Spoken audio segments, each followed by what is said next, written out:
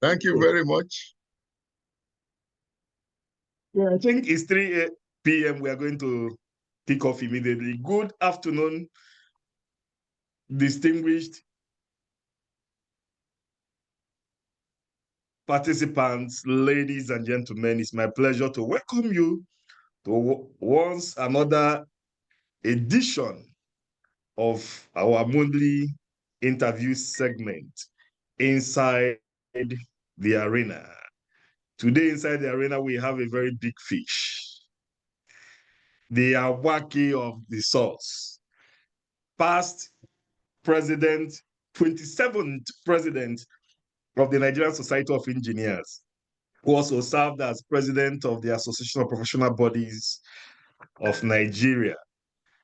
And he has so many things in his CV. We are going to be unveiling them as we go on in this program. It's my pleasure to welcome inside the arena today our very distinguished engineer chief, OLUMUYIWA ALADE AJIBOLA, fellow of the Nigerian Society of Engineers and fellow of the Academy of Engineering. As you heard me earlier, Awaki of the source. You're welcome, sir.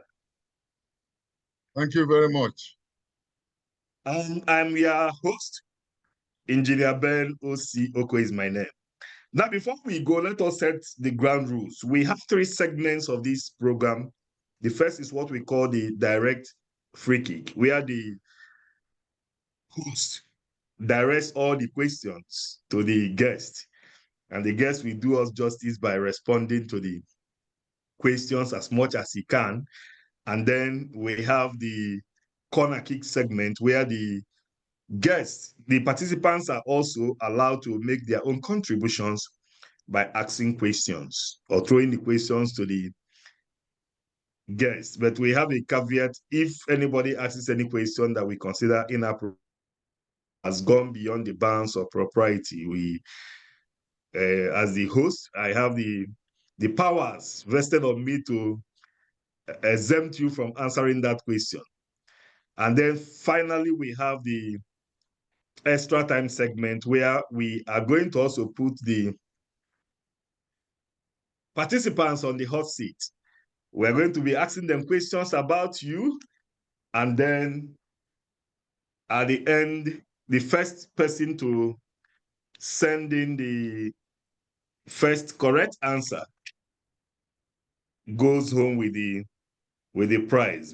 Before the end of this program, I'm going to be telling us the prize that we are going to be going home with today.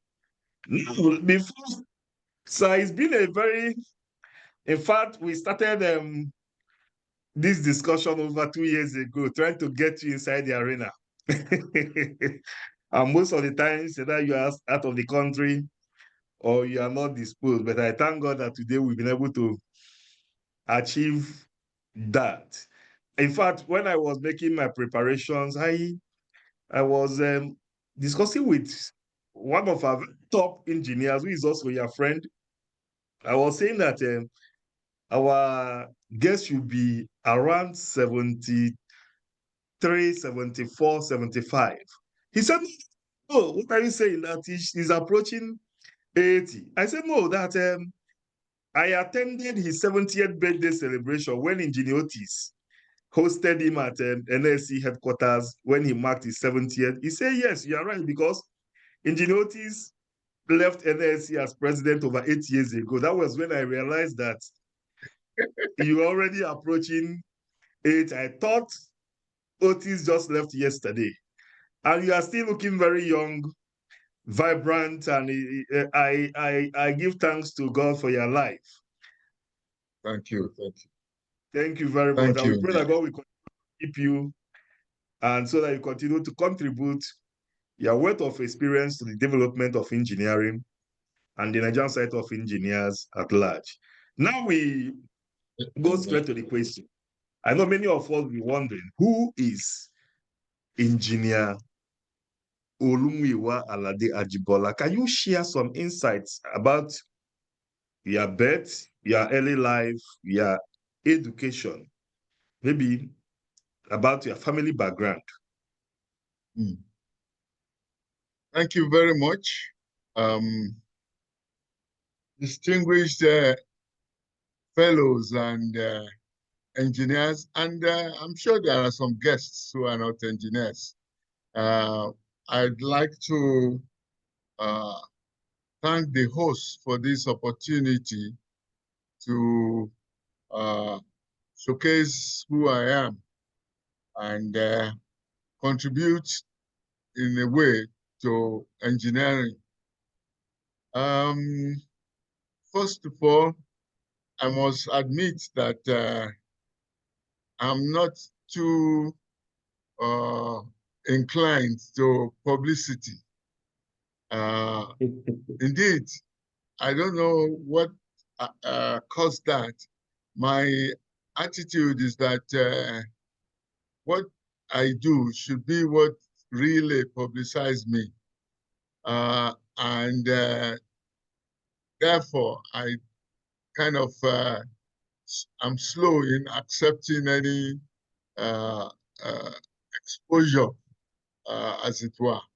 However, I want to still, notwithstanding, thank Engineer Ben Ozzy, who has been trying to get me on the arena for a very long time. I think one thing first is to thank him for this very good idea, which he has floated and is still moving with. And I can see many of our good members in attendance. I pray that such programs will continue to inspire us and give us a reason to do better, to perform better in our profession. Well, as for me, I was born into a churchyard. I don't know how many people know the old churchyards. They are not very restricted areas. They are kind of big yard.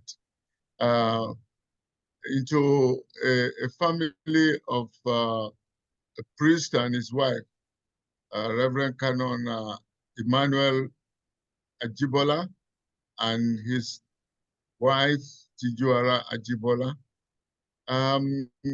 When I started recognizing anything, I knew that we had about a dozen children in that churchyard. And at that time, only 2 of us were biological children of our parents. All of the others came from diverse backgrounds and religion. Because my father loved to educate children and to bring people out of poverty. And so he picked people from the surrounding and far away too, to benefit from his dreams. It was a great upbringing, actually, because everything was organized to showcase the best in each of us. And this was happening when we were growing up. I was a very peculiar child because I had this inquisitive mind, inquiring about everything around me, especially the toys that I had at the time, which I dismantled to the last to see what was inside. Sometimes, of course, most of the time, couldn't be pieced together again. I began to have my own imagination about putting things together. And I was encouraged all the way because my parents were not obstructing me in any way. To the extent that I was playing around with constructing a car using wood and a brother carpenter and all that. those kinds of things were very exciting to me. And I enjoyed the camaraderie of all the young people with whom I grew up together. Well, at some point, I lost my senior sister, which left me alone in that churchyard with the others. And things were not going very well because it appeared that my mother was too much doting on me. And so my father took the strict decision to take me to a friend where boys were in abundance. And I joined the boys, but the training was different.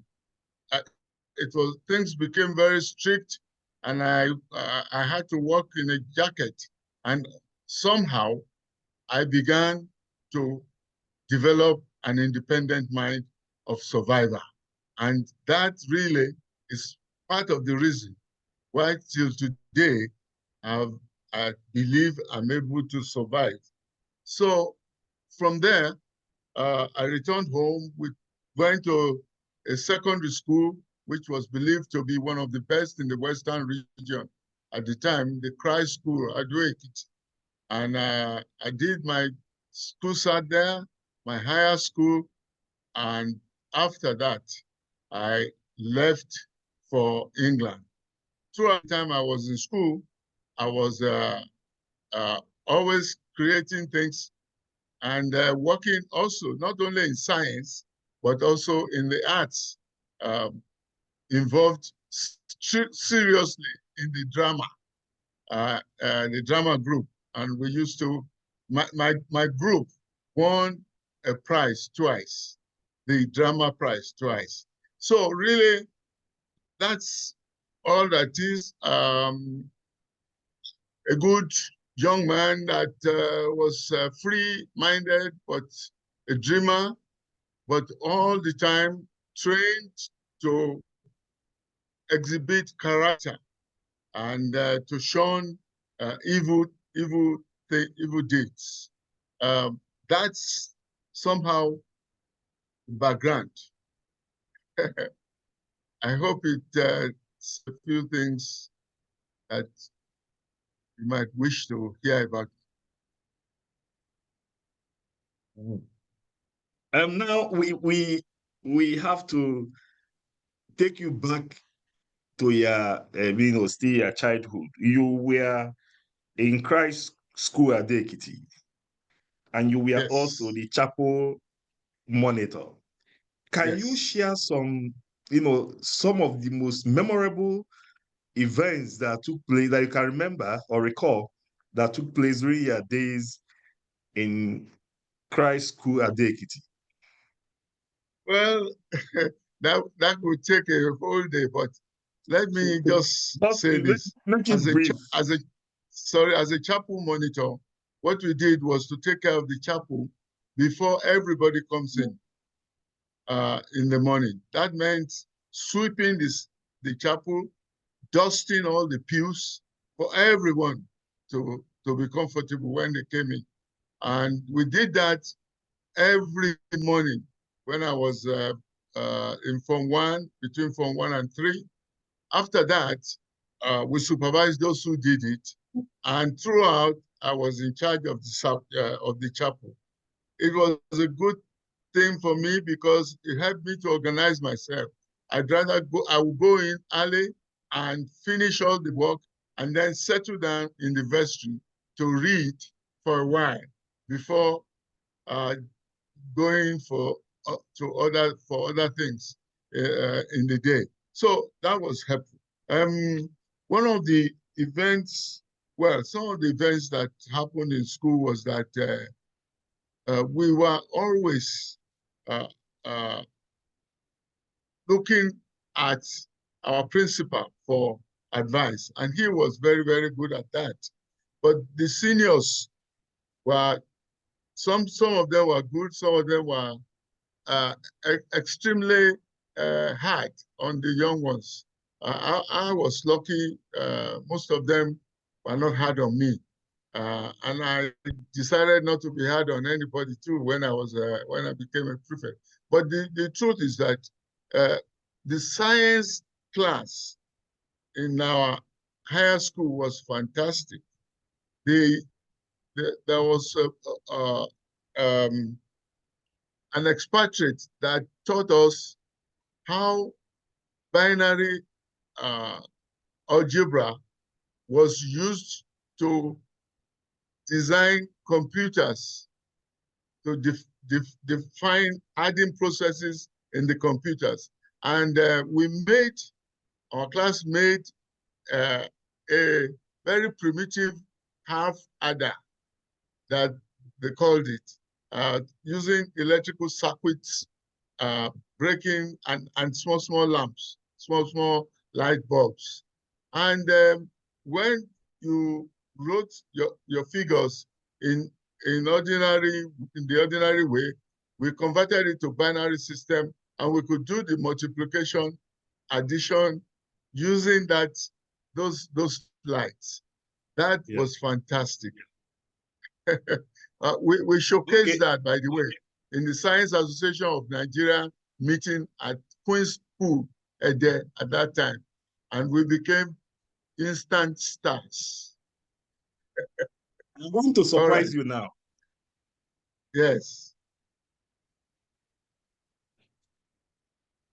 Sorry? Oh. Can you look at the screen? Can you look at the screen? Can you see this photo? Yes. Are you conversant with the young man on this photo? That's indeed me. And that was in 1967, when I was about to go to England. I ordered this jacket. My uncle ordered this jacket for me from the catalog. And I was asked to pose for this photograph. And that was the last photograph I took in Nigeria before going to UK. You know, some years ago, when I featured you in a program called Once Upon a Time, the younger version of a person and the older version, that was when you I asked you to send me any young photo of yours that you can remember. And you sent it, and you told me the same story, and I still have it. I said, let me also shock you. And we have so many shocks coming. Okay, let me stop the share for now. We come to others. Now you went to England. You were at West Ham College of Technology in London.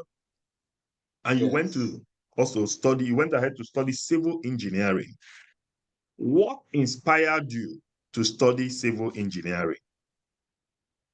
Well, that also dates back to my younger days, because we played with mud and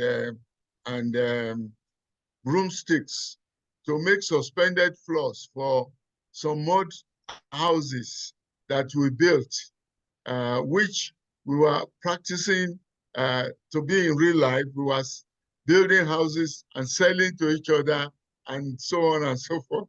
And I built the best house with a story building with that funny floor. Of course, it was mud, all in mud.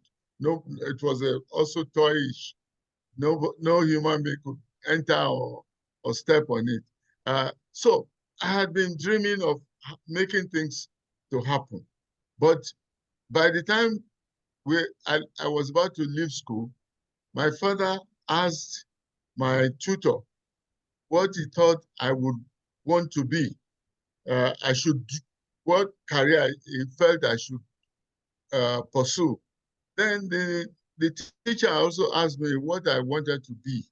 So I told him it's either one or two things, either an Air Force pilot or a surveyor. Either of those things were the things that fascinated me at the time.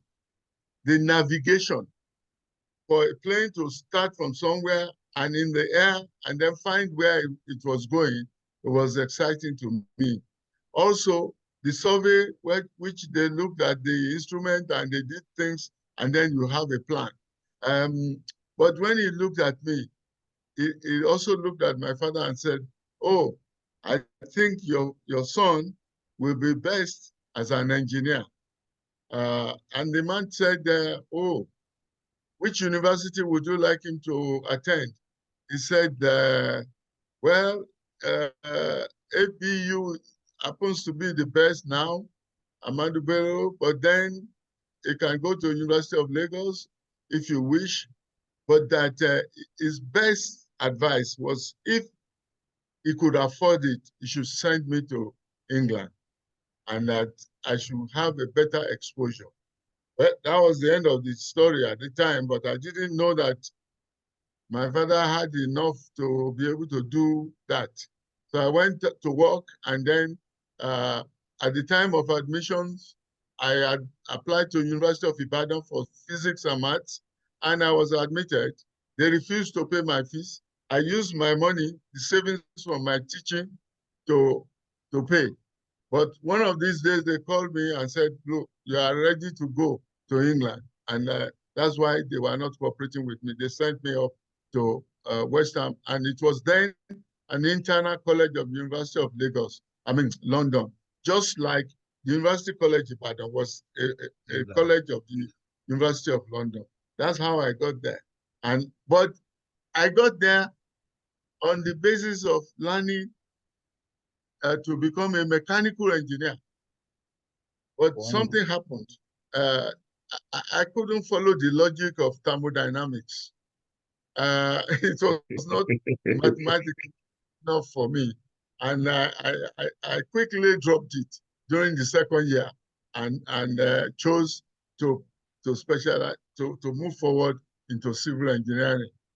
And I don't have any regrets. Thank you.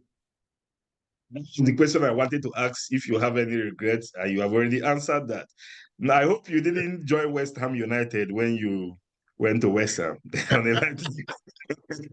tell you the truth, I never liked any football. I never even noticed them at the time.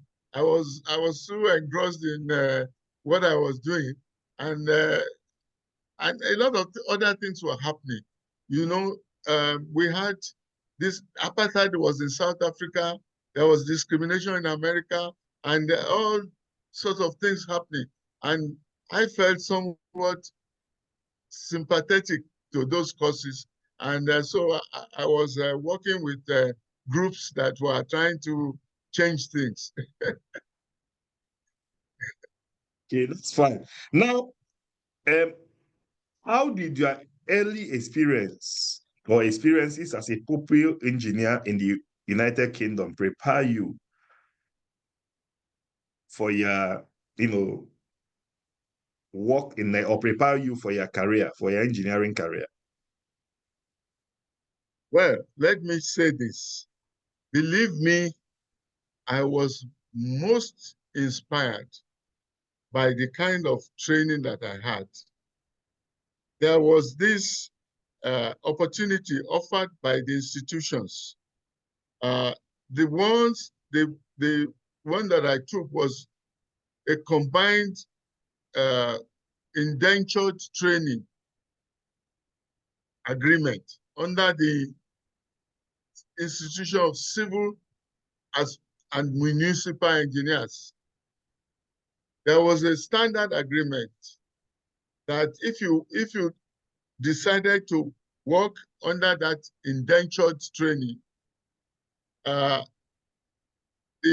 employer will sign to undertake to train you properly, both in design office work and in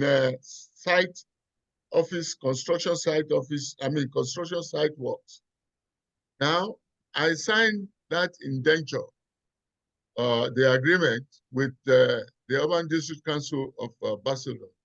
And then the engineer and surveyor, who was the boss, planned my training as required by the agreement that he signed with me.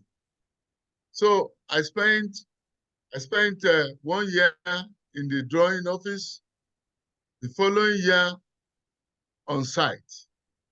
And when I completed this training, we returned the form to the institution, and everyone was happy. And I continued to do my work. But the truth is that they engaged me to continue to work after that indenture service. So a lot of things I learned during those converged training period. The drawing office, at the drawing office, I was even the latest engineer from the university at the time. And so I was handling a lot of design under supervision of a senior engineer. And when I thought that I was getting too involved and they were enjoying it, they didn't want me to go to site.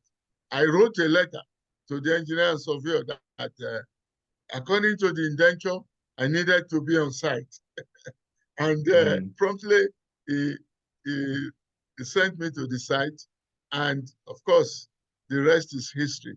It was all very nice. I was able to learn all the rudiments, the ethics of the profession, the practice modules that existed, and how an engineer was supposed to be a very disciplined person. Even if you are employed by an employer, your loyalty is to the profession, not the employer. You must not misadvise the employer, but you must not unfairly treat other people because of the employer. It was a fantastic experience. Thank you very much. You returned to Nigeria in 1973. What challenges did you face upon returning, and how did you overcome them? That's very amazing question.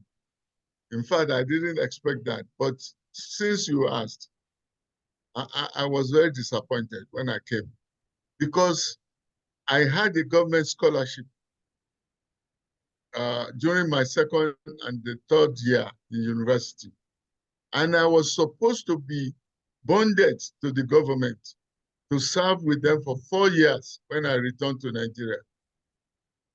After the degree, I applied to get some experience in the UK.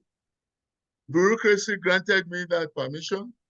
When I had finished that, I applied to return home.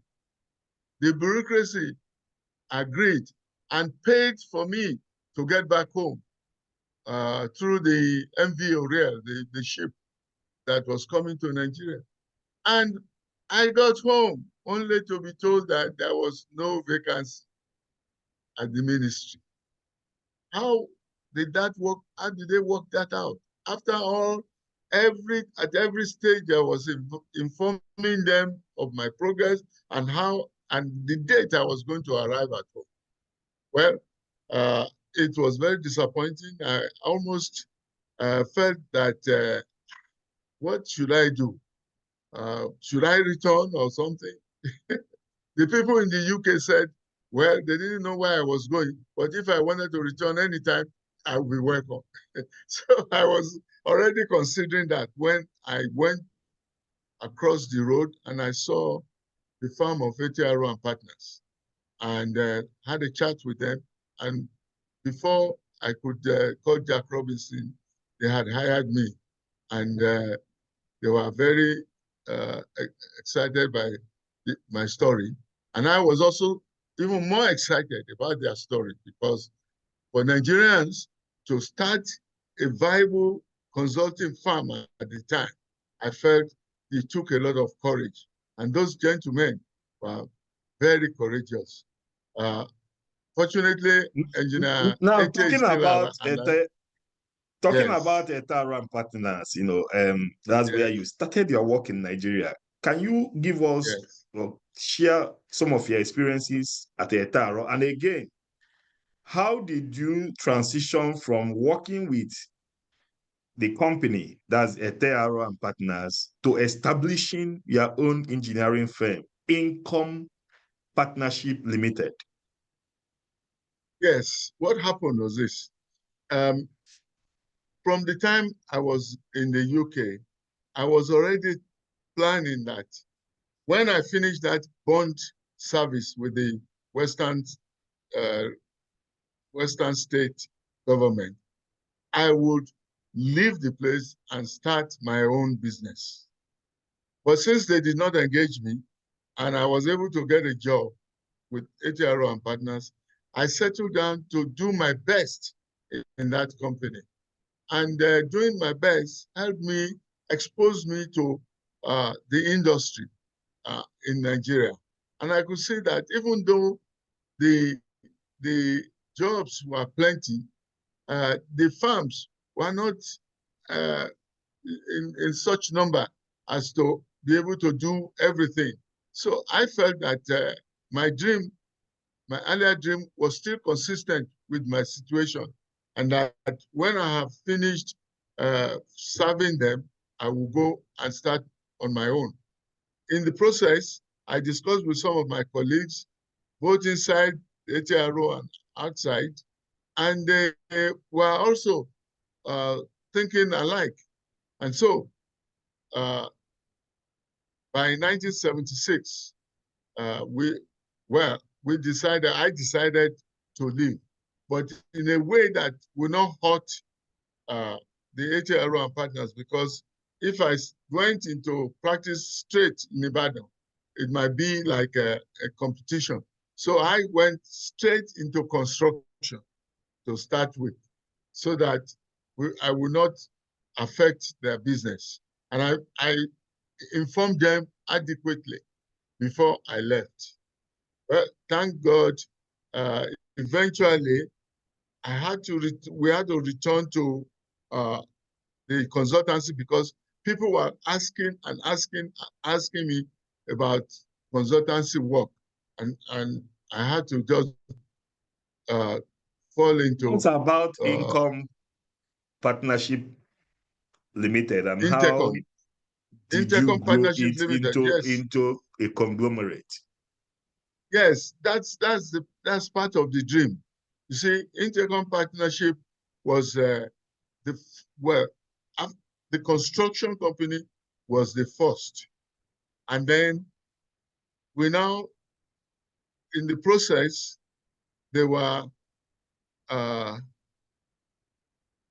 sorry, there's a message on my screen talking about language.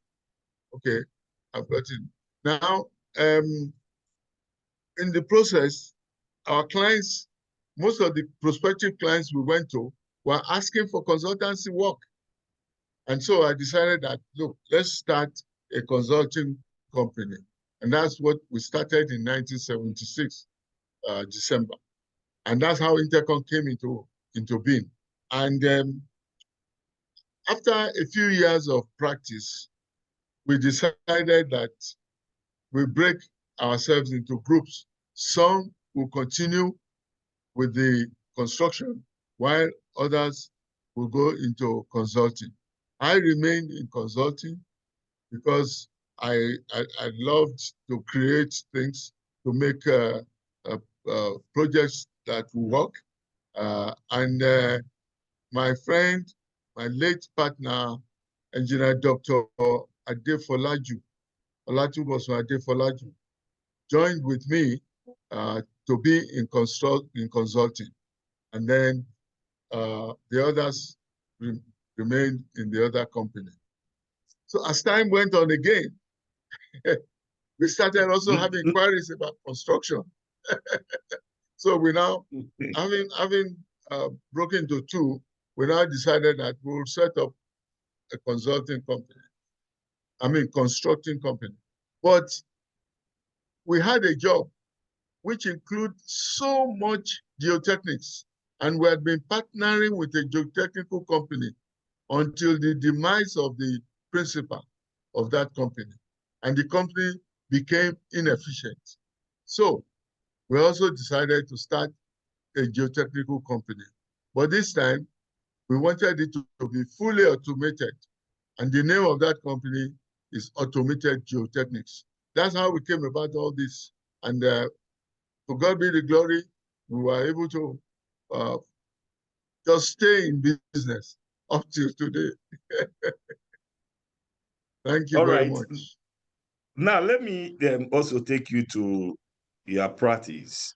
Among the many projects you have handled, which of them do you consider your most challenging and rewarding? Oh, there are many. But let me just give a simple one so that because of time. We had a long-standing engagement with ExxonMobil.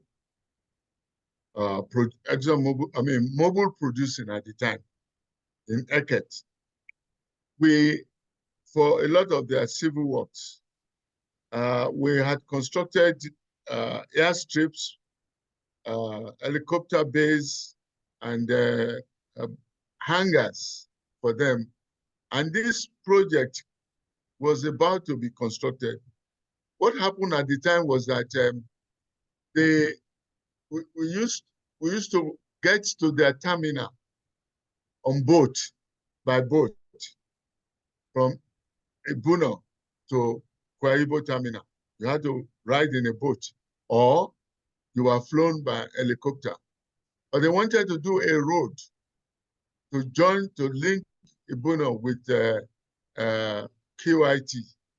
Now they consulted one of the big construction companies around at the time. I won't mention their name. They said that their solution was 5 kilometers of deck on piles. That is 5 kilometers of bridge. Grand bridge, more or less, as causeway, they call it. Well, when I looked at the terrain, I was feeling challenged that why should we construct 5 kilometers of bridge? Then I approached the project manager and said, look, if you allow us, we can look at this terrain and look for a solution that would be less expensive than this. But you need to commission us because it's a big thing to do and all that. So because of the work we have been doing with them before, they commissioned us. We went through into the creeks and we detected four routes, and we investigated all the 4 routes, and then we did an appraisal for all of them, and we did a document recommending one of them. Now, it was accepted, and this one was 8 kilometers of road and a total of 200 meters of bridge work. One was 80 meters, the other one 120 meters, which means the total bridge work, which is also equivalent to deck on piles, was now 200 instead of 5,000 meters. The mobile, they were happy with it, and they asked us to design. We designed, and the road was constructed. Until today, the road is still there, and that's one of the exciting ones that I can mention right now. Now, there are many others. Outside, you've been involved in a lot of other things at the national arena. Can I also ask that you give us or share some insights on your involvement in the Nigeria's Millennium Development Goals project? Well, I'm not sure whether they are Millennium Development Goals or whatever, but we participated in various. I participated in various committees of government that helped to shape infrastructure, especially. One was as a co-chair of the infrastructure aspect of the Nigerian economic NESG.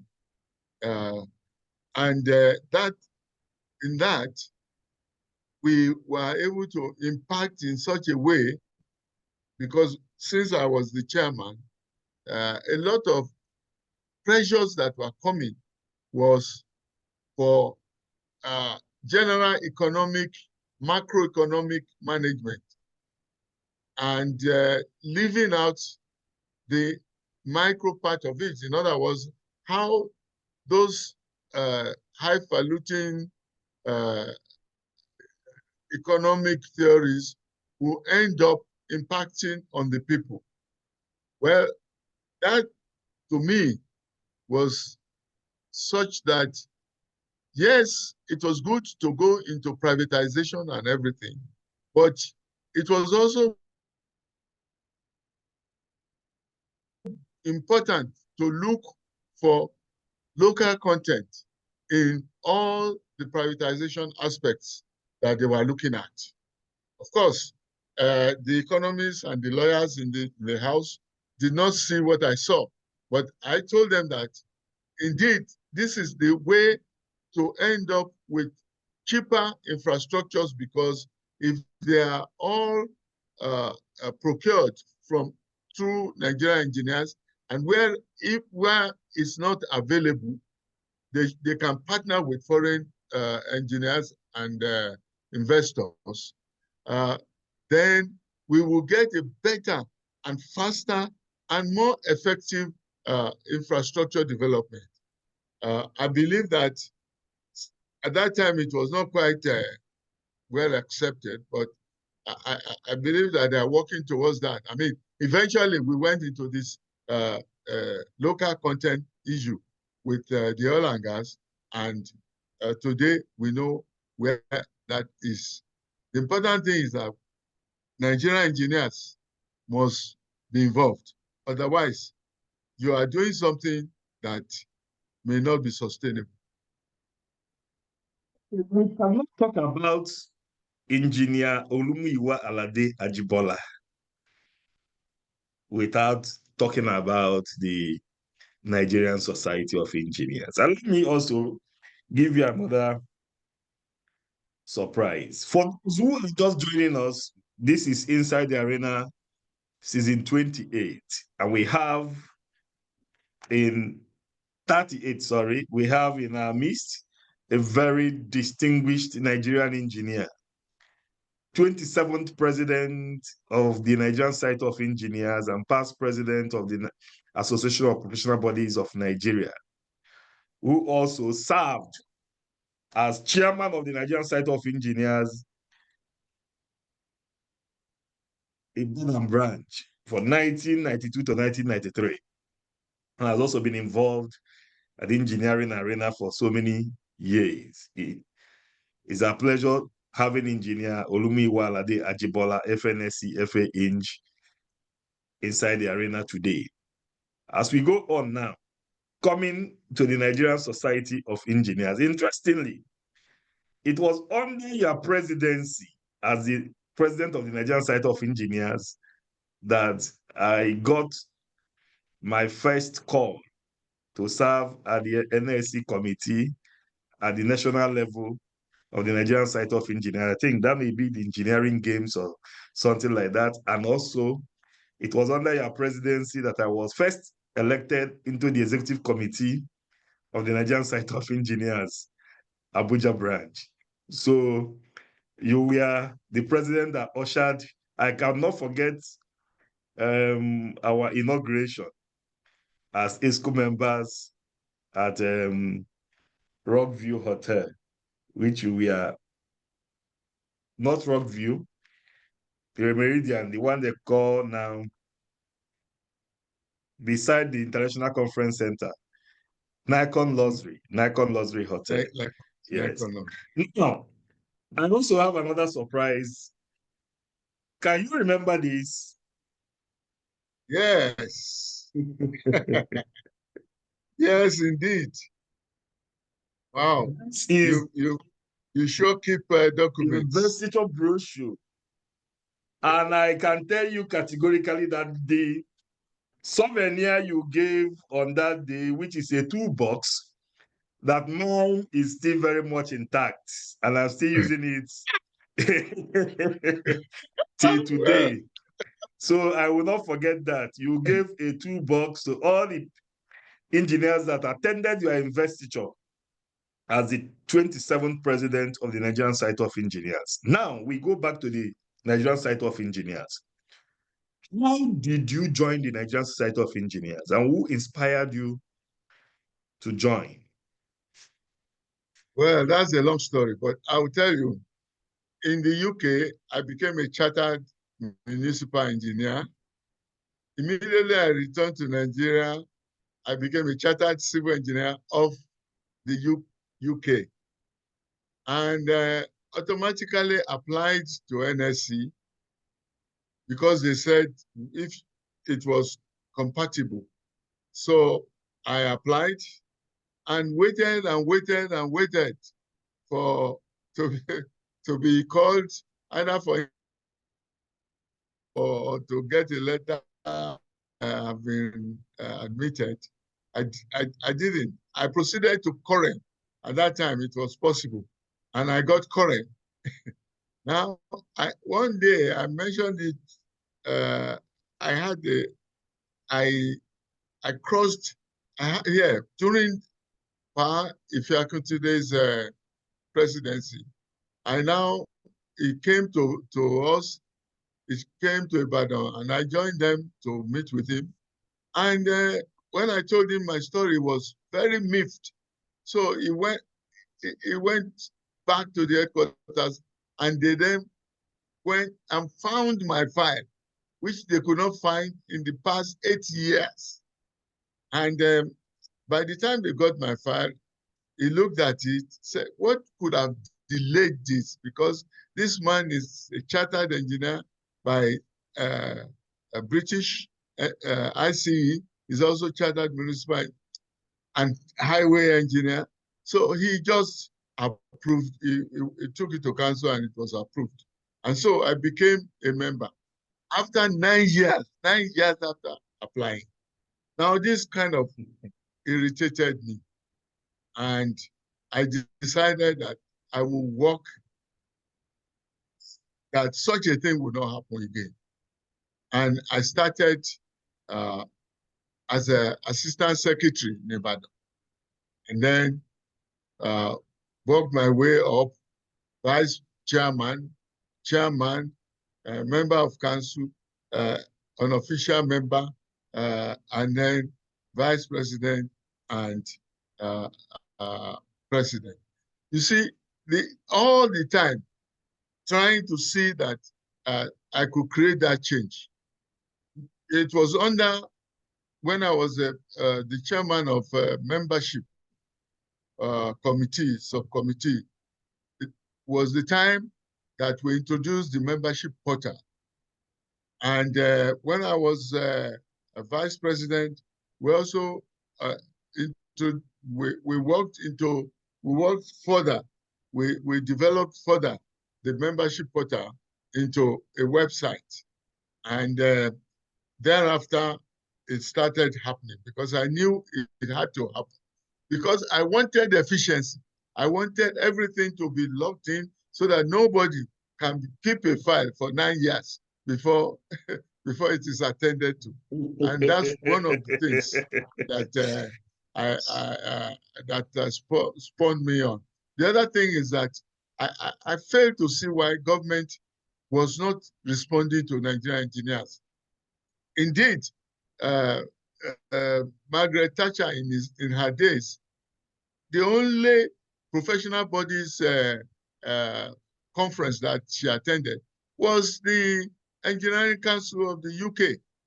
And, you know, it was clear that she knew the importance of engineering to that environment.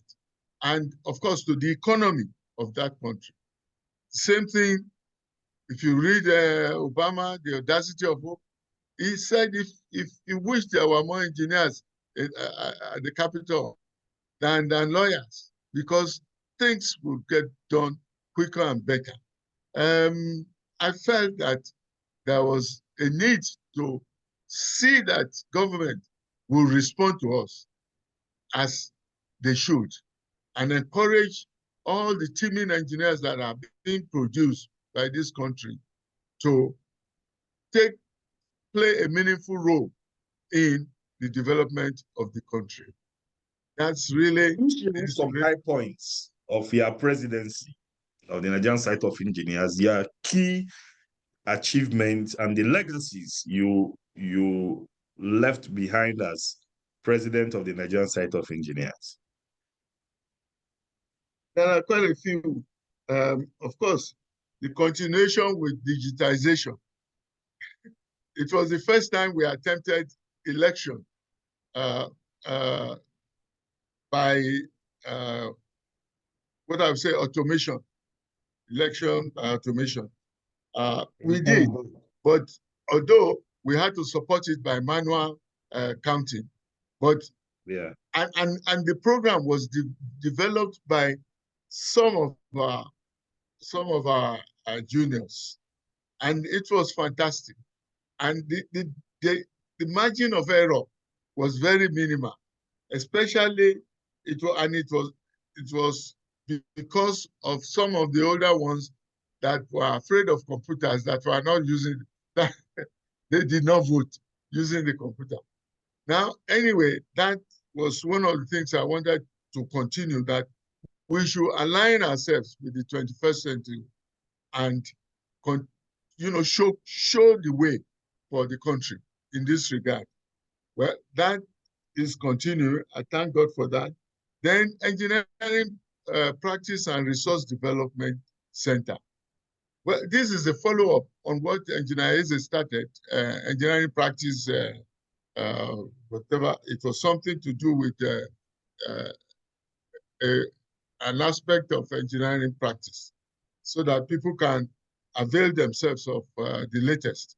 But engineering practice and resource development, I had to do it in that way, that I felt that we needed to train people how to, in the practice of engineering, processes, the business aspects, the software, hardware, and so on and so forth.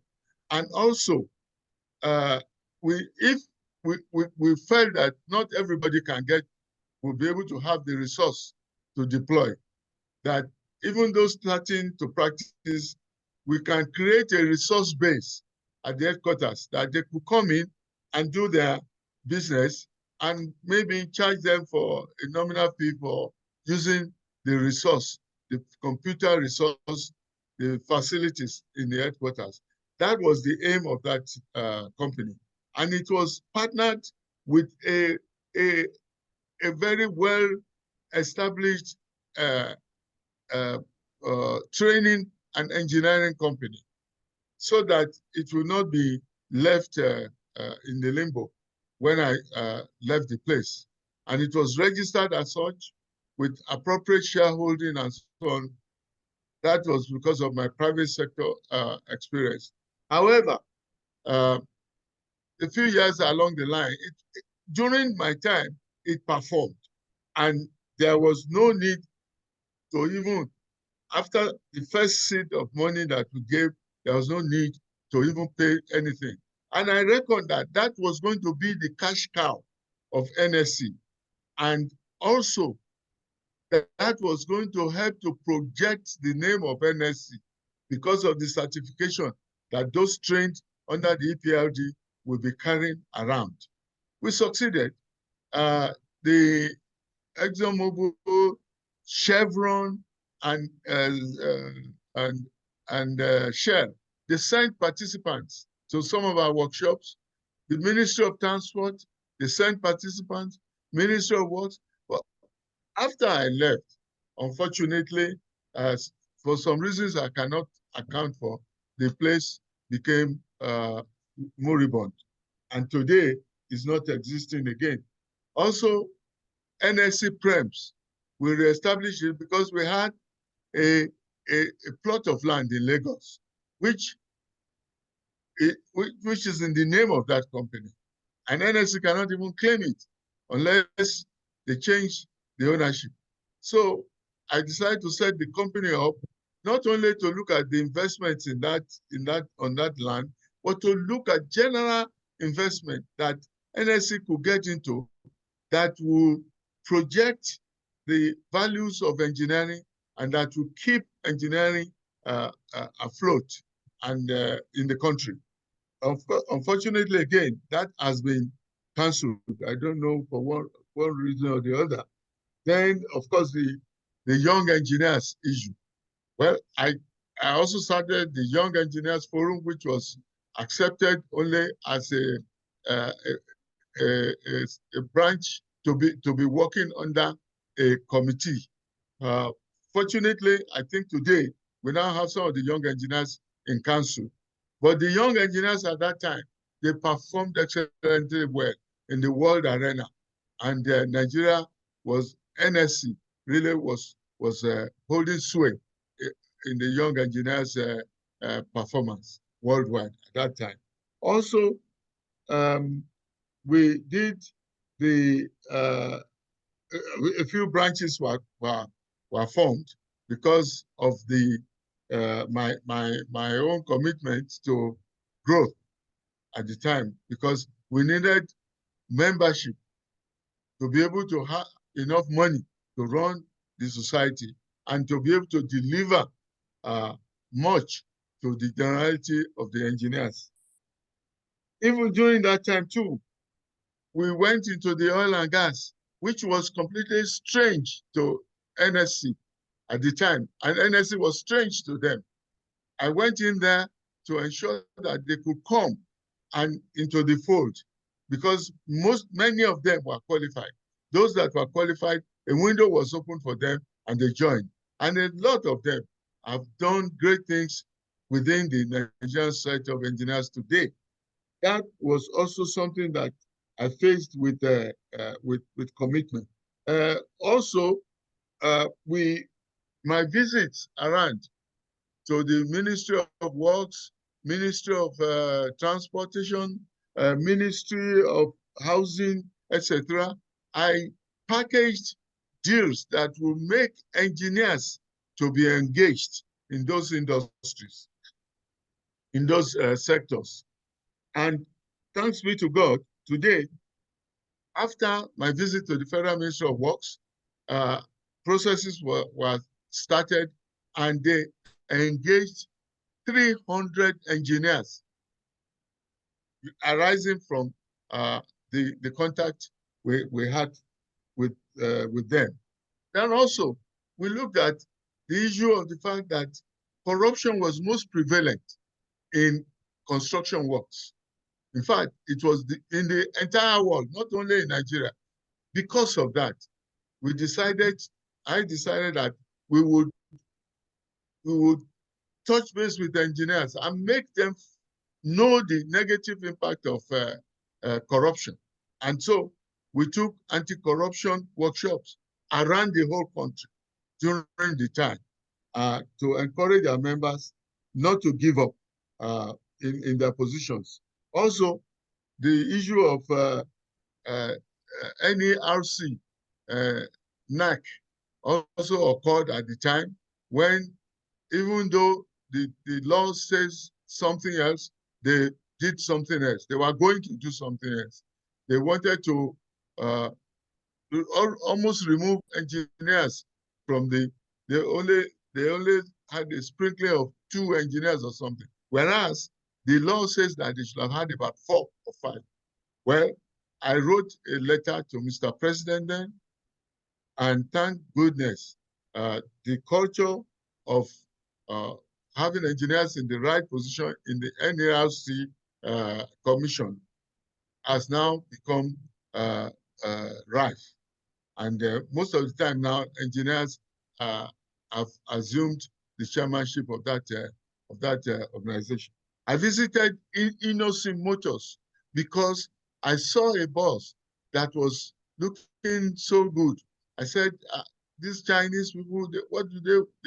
Somebody told me that was innocent boss. I said, look, we must visit the place because that is showcasing what we need for Nigerians to do.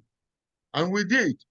And Innocent gave us a boss so that we could all help him to develop if there are faults and all that, and help him to input the management aspect of things into his business so that he could run like any other manufacturing plant in the world. So those kinds of things are, the procurement law was now about to be done. And we partnered with World Bank and went around the zones to do procurement workshops so as to not allow procurement to be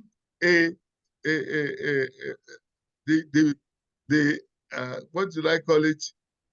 The concern of only foreigners, that they should introduce aspects into the procurement law that will help the locals to be able to participate well in the industry. Most of our suggestions were also in the procurement law at the end of the day.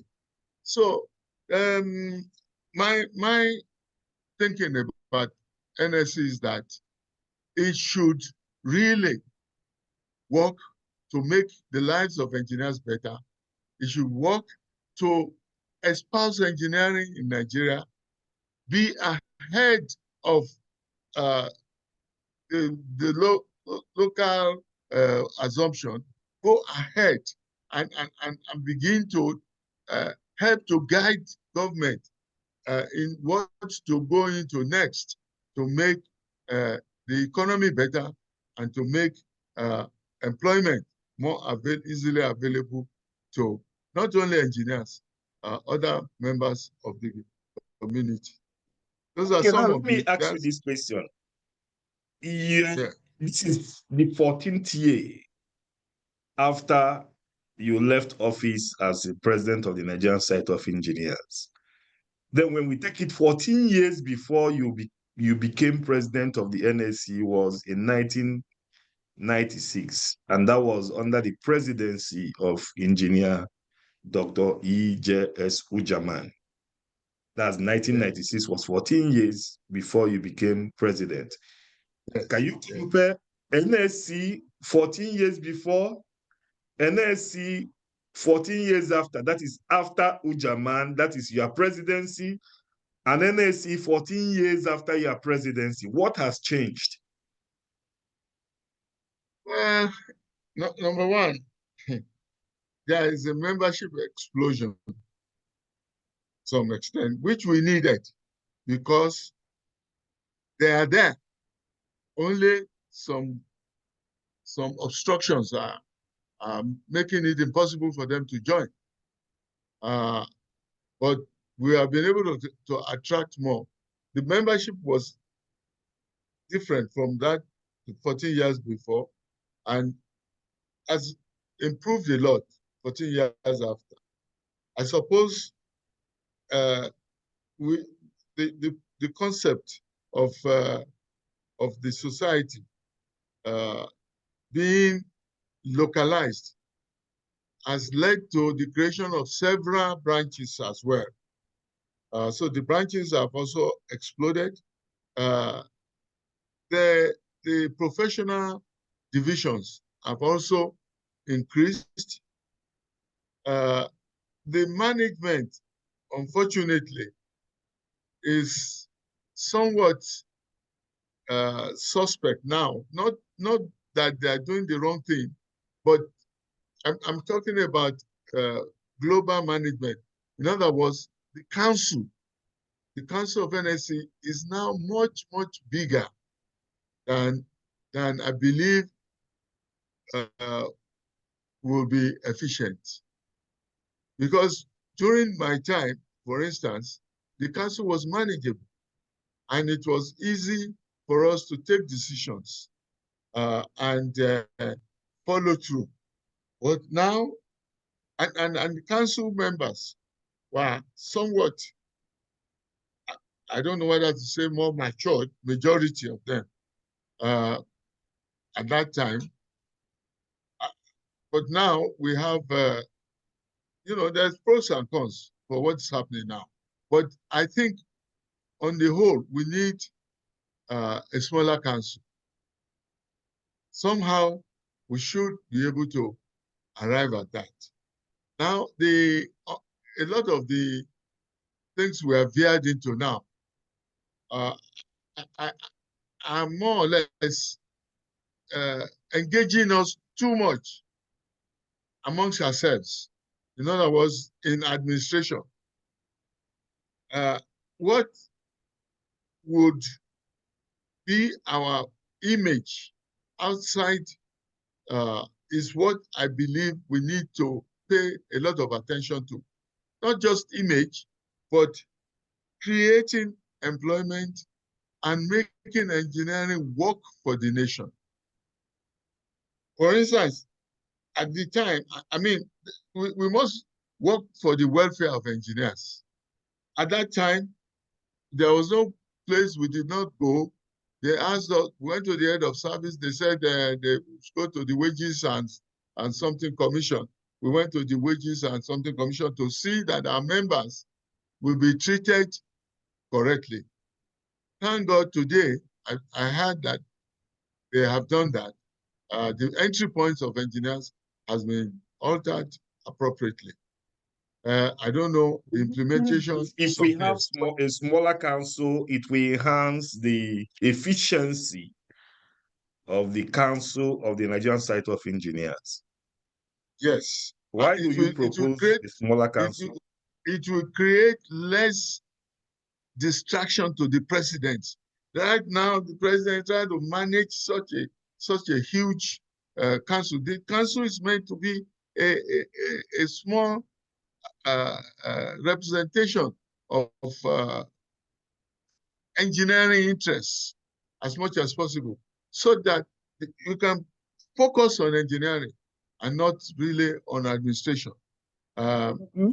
Propose that in like what we have in other professional bodies in other countries, where the only past presidents that are in council are the immediate past president and the one that is ahead, two past presidents. Do you subscribe to that also, that we have too many past presidents in the council? Or what do you think about the membership of past presidents of FNSE in the council of the society? Excuse me one moment.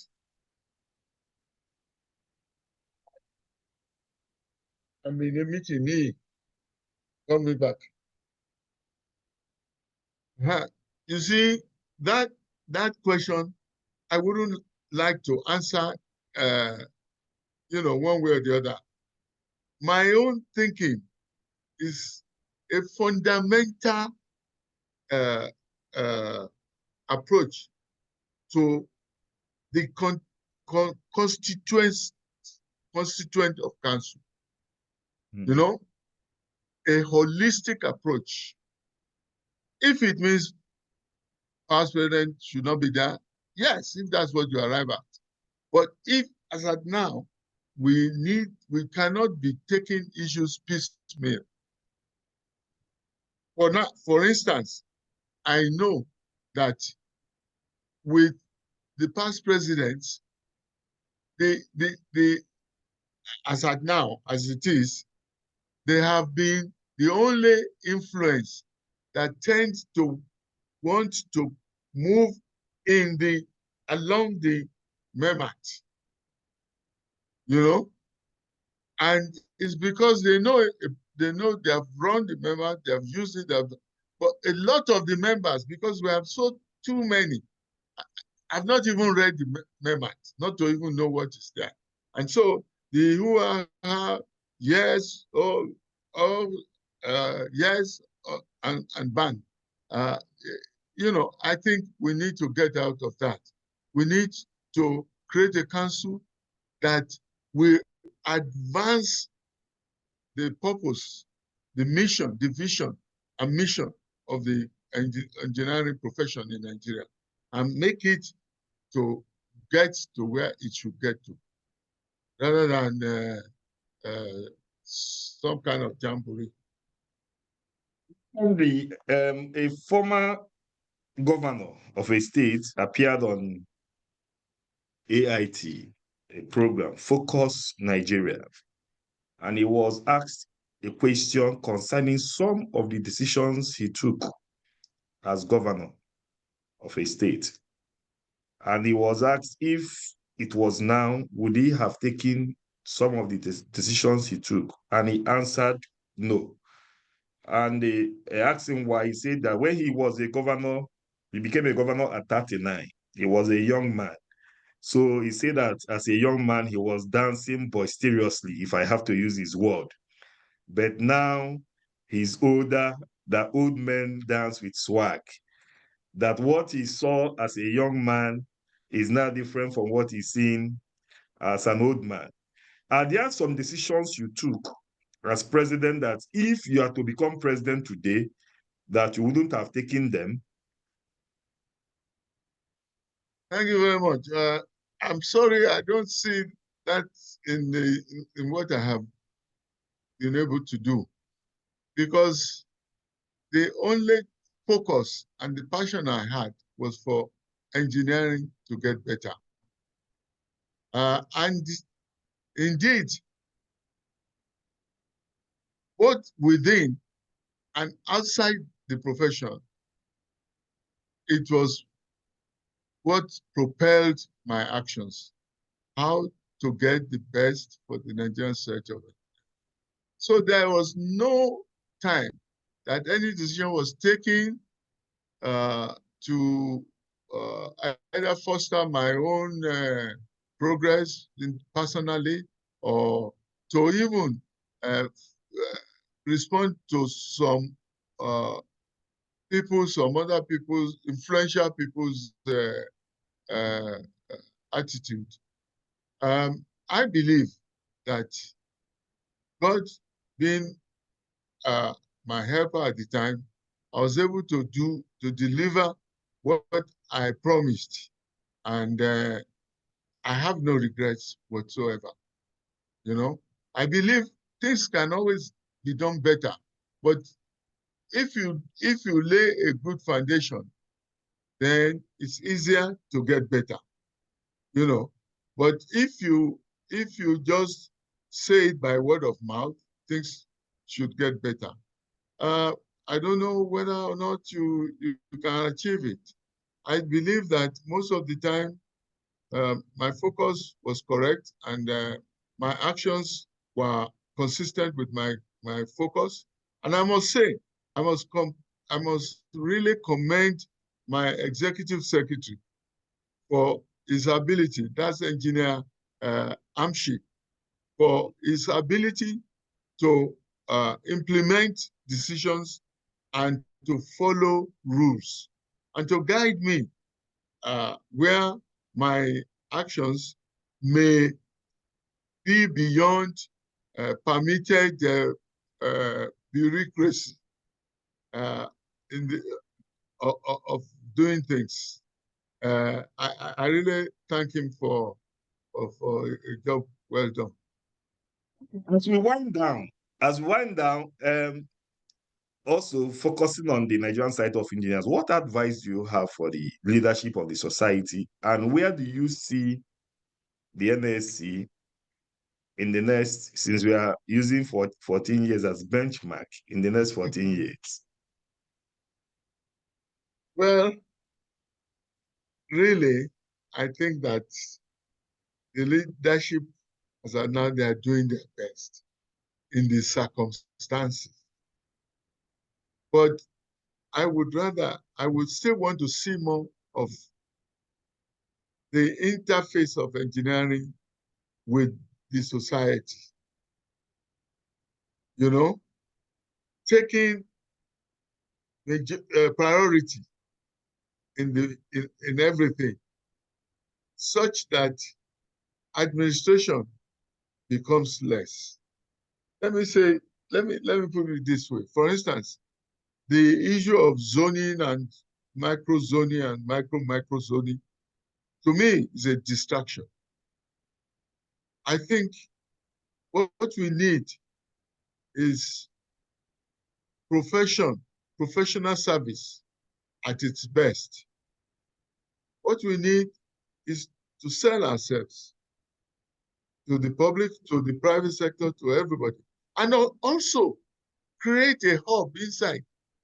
Perhaps we need to do a kind of business hub where we can garner all those who are business-minded and probably meet them with the Bank of Industry or some enabling banks and help them to move from concept to reality.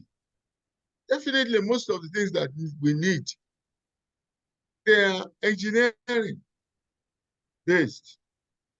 And we have engineers. In fact, one of the things, I mean, as soon as you think of it, it comes from somewhere else. But then, you see, even if you are going to be a major importer of something or the other that's engineering, which you can adapt to what we use here, go ahead and do. But engineers must be involved. Majority of the people that are selling motor parts, engineering parts, they are not engineers. Majority of the people that are doing all kinds of engineering business, even construction business, they are not engineers. Today, I hear that some people are even getting consulting business who are not engineers. So we need to tidy up our end here and show the way to government. We don't need to continue to distract ourselves. Let's wrap it with, let me ask you, you were president of the Association of Professional Bodies of Nigeria. Also, can you give us some insight about your presidency of this association? Thank you very much. I must say that, first of all, I want to commend Engineer Otis Anyaji for being responsible to nominate me into that position to represent NSC. I had thought that, you know, they were almost against NSC in that APBN before. But when the tides changed, I had to accept and I went in. Interestingly, the APBN is developing. However, there are still some professions that are not responding correctly to the APBN's primary importance. Because, as I was mentioning earlier, those that can develop a nation are the professionals. Indeed, right now, most of our professionals have japa. They have japa by now because there's no encouragement here. And there's nothing that a profession can do in isolation. For instance, a firm like ours, we have chartered accountant as our accountant. We have admin people. We have lawyers and so on. So if economy expands, the professions should expand. But right now, it's like it's on the way down.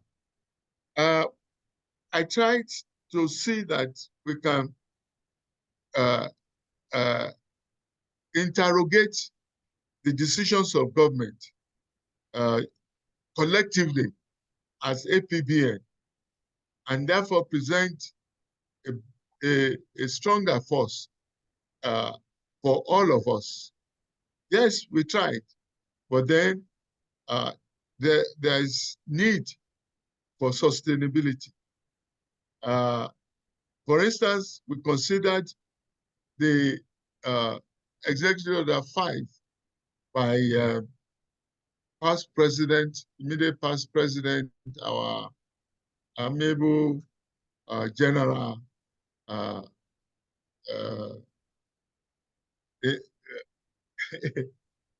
Buhari in his elements, because that executive order is par excellence. Only I wish it had been implemented. It appeared that there was a sabotage against it. And if it had been implemented, the engineers and the other professions would have even loomed larger. Executive Order 7, on the other hand, we examine is anti-professions. Is promoting monopoly. It's like giving up and saying that, well, instead of catching the thief, let's be friendly with the thief so that he won't attack us, and he can spend some of the money he stole or he gained somehow to do something for us. Definitely, you will not get the right answer from that. So the APBN was really on the right track. It's still on the right track, but they need to look at how the professions can influence government better than we have achieved to date. It was good leading that group and also carrying on with the with the advocacy, but it needs sustainability. In the book, Things Fall Apart, written by the legendary Professor Chinua Abat Achebe in 1958. There was a story narrated by Okonkwo, how he suffered a huge setback during one of the farming seasons. And he said to himself, each time he remembered that farming season, if I could survive this, I can survive anything. And have you had any major setback in your life or career? If yes, how did you survive it? Or how were you able to overcome it? Well, the truth is that my philosophy is one that you never give up. Sorry? Okay, go on. My philosophy is never give up. And in that regard, my greatest frustration then and now is that, notwithstanding the advocacies and all that has been done by past presidents before me and presidents after me and various organs of the NSC, we are yet to be reckoned in the right location of governance. Well, some of our members are in politics, yes. And within politics, they can only do what is doable. But I believe that if we design our actions and activities to get to the location where we need to be. And we're almost there. For instance, the procurement law was well formulated, and our input was very right in it. But when you had a lawyer on the seat, he did everything to favor lawyers and not engineers. And that's part of what I'm saying in the executive order 7. Now, we cannot give up. The obstacle we have, that I have had, is the reluctance of the Nigerian nation to relate with Nigerian engineers, which unfortunately is an error on their part. Because even the resources that we depend on today is finite. It can be exhausted. So we need prudent management of these resources.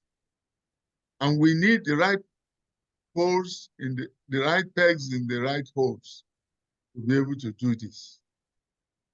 So I want to suggest that have you written any book about yourself?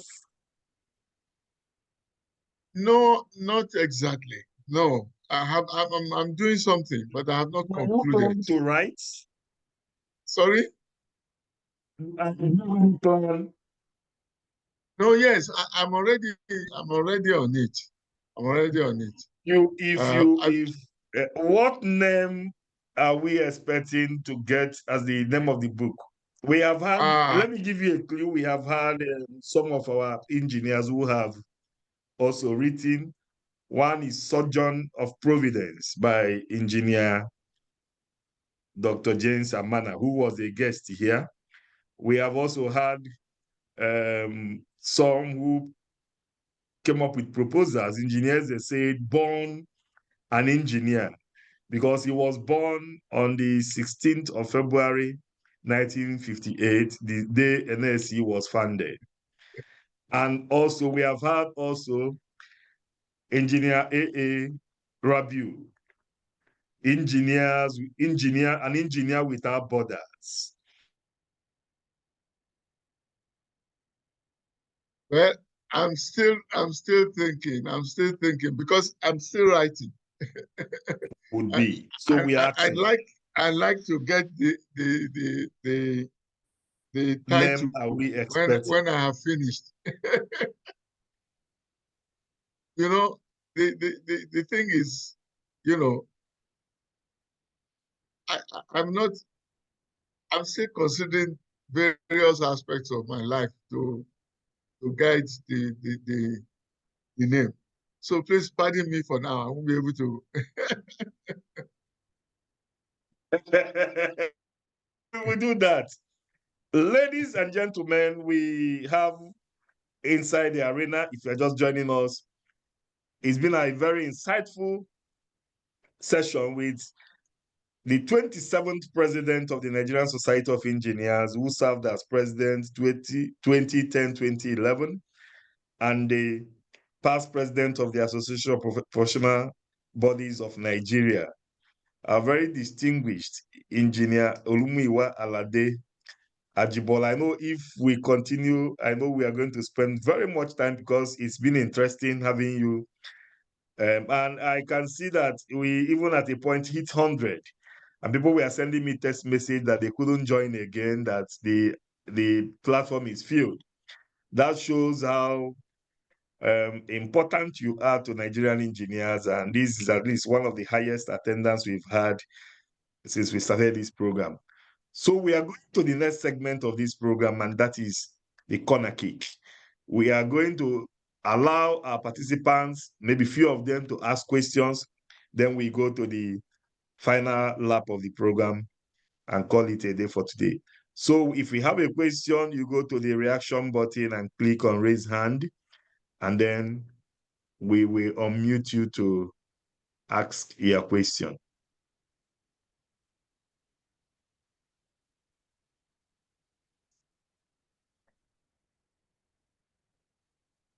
Okay, I can see 2 hands. Hi, Chief.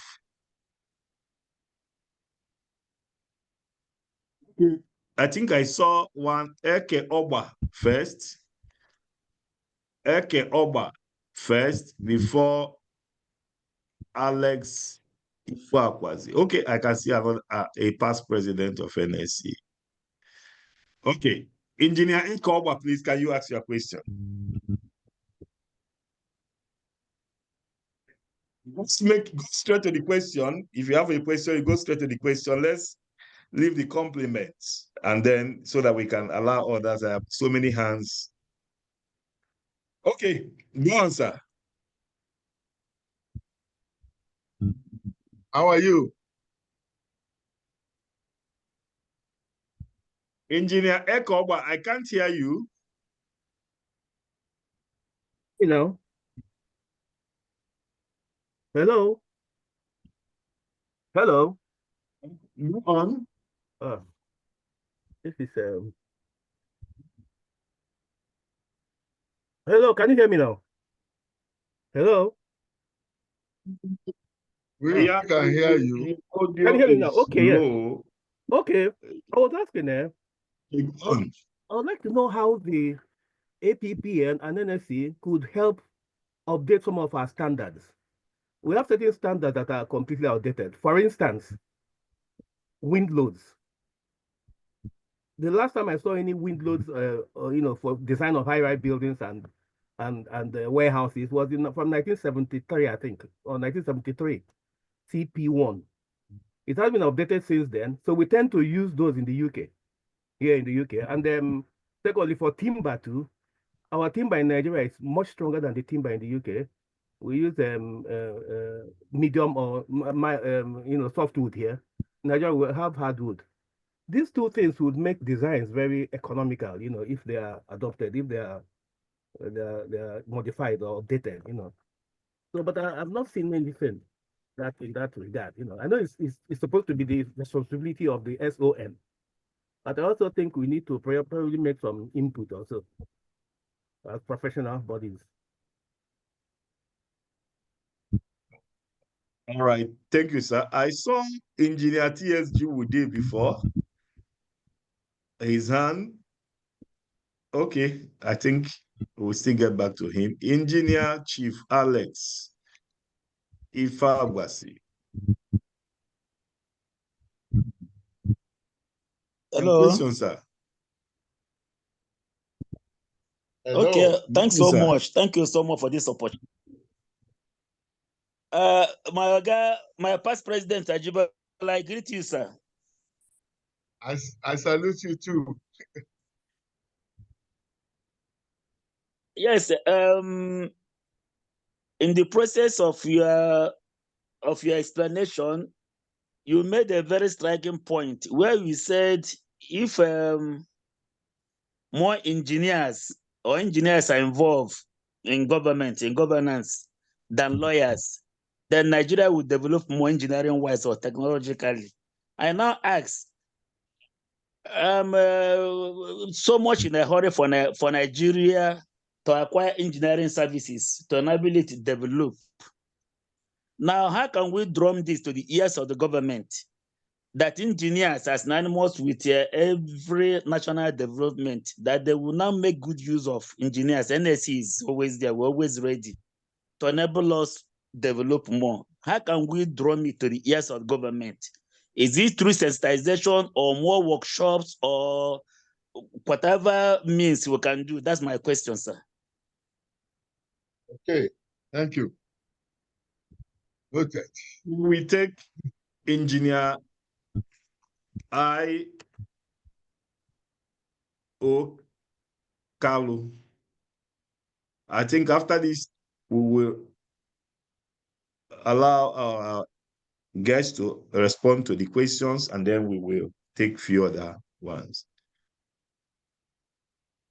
Engineer Kalu, unmute your mic and you ask your question.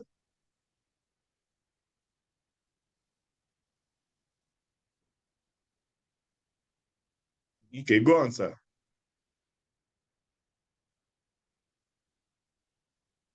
Your mic is unmuted.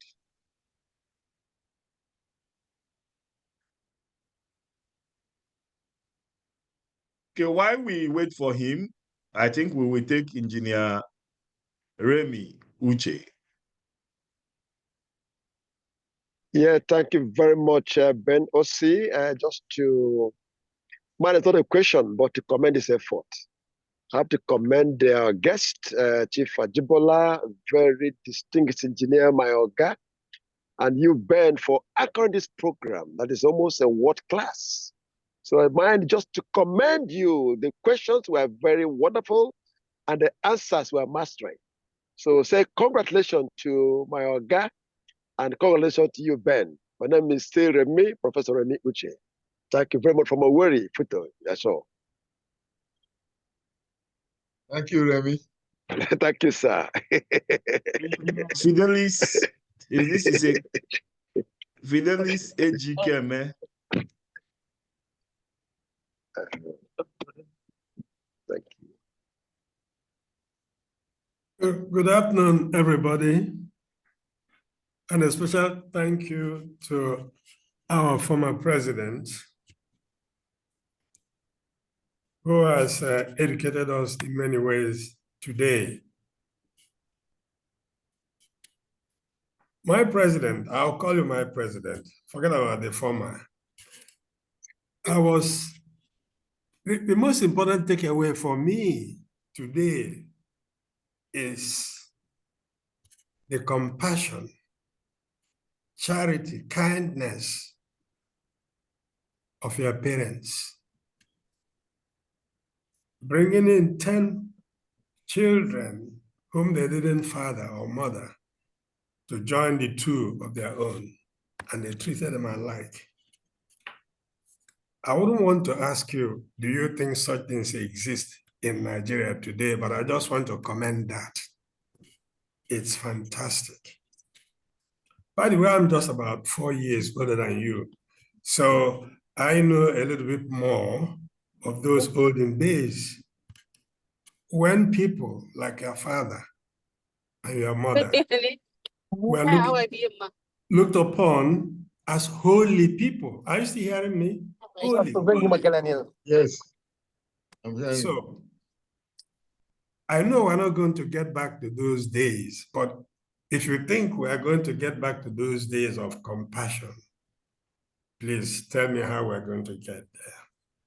Then on the issue of engineering per se, engineering, don't you think is facing the kind of crisis that other professions are facing?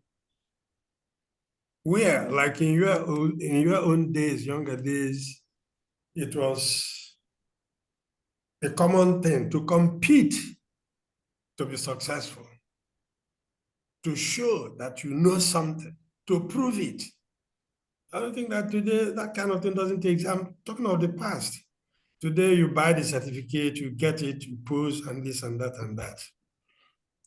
So let me stop there and then say, don't blame government or anybody so much for not encouraging engineers, and don't compare Nigeria with UK during the Thatcher days, because it wasn't even only Margaret Thatcher who appreciated engineering. I think the person who showed more appreciation, the most appreciation for engineering, was the husband of Queen Elizabeth, the Duke of Edinburgh, who wrote in 2006 that after God comes the engineer. After God, whatever was not created by God was made by the engineer. And that to me is the most powerful statement about engineering. But in our own case here in Nigeria, I don't even wish to talk about engineers and engineering because the schools are no good. There's nowhere for them to learn. You talked about Etaro. Etaro in 1977, 78, 79 definitely can be Etaro of today. there is nothing, there's virtually nowhere in my own experience that the engineer can make up for the poor education and training he gets in the universities by way of learning, in a company or in an environment. So please let me stop so far, please. Thank you very much, everybody. And then thank you, Ben. Please keep up the good job. Thank you very much. Thank you, sir. Thank you, sir. Engineer TSG Wudil, immediate past president of the Nigerian Society of Engineers. Engineer Benjamin Ositadima OKOH.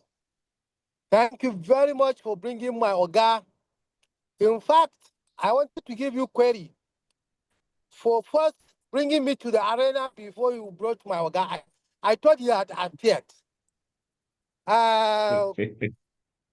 President Chief OLUMUYIWA AJIBOLA, apologies for appearing before you. And I wondered if I have said something about you when I was in the arena, but I'm happy today. If you know where I am, you will ask me to drop this phone and continue with what I'm doing because I'm driving. But I must watch and hear you because I believe God gives you inspiration to see tomorrow.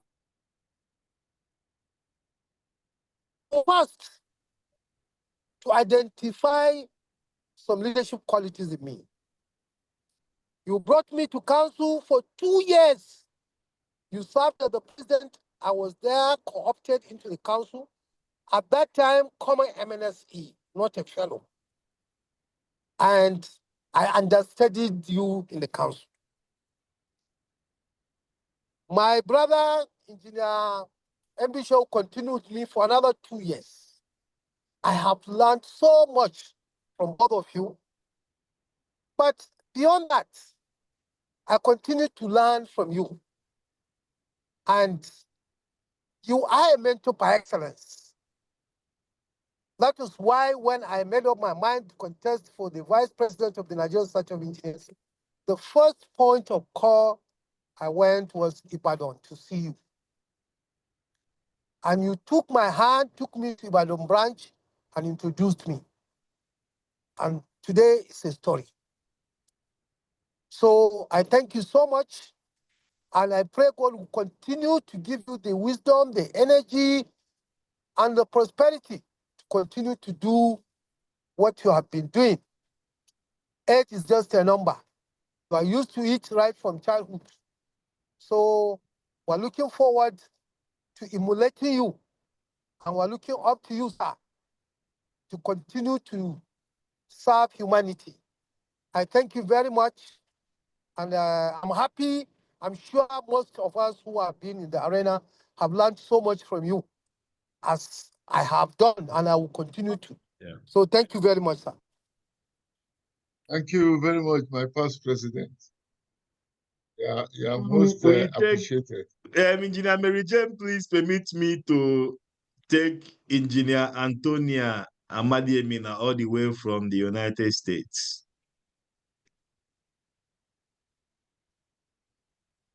A very senior member of APWEN, except you want query. Engineer Antonia Amadiemina. Yes, my chairman.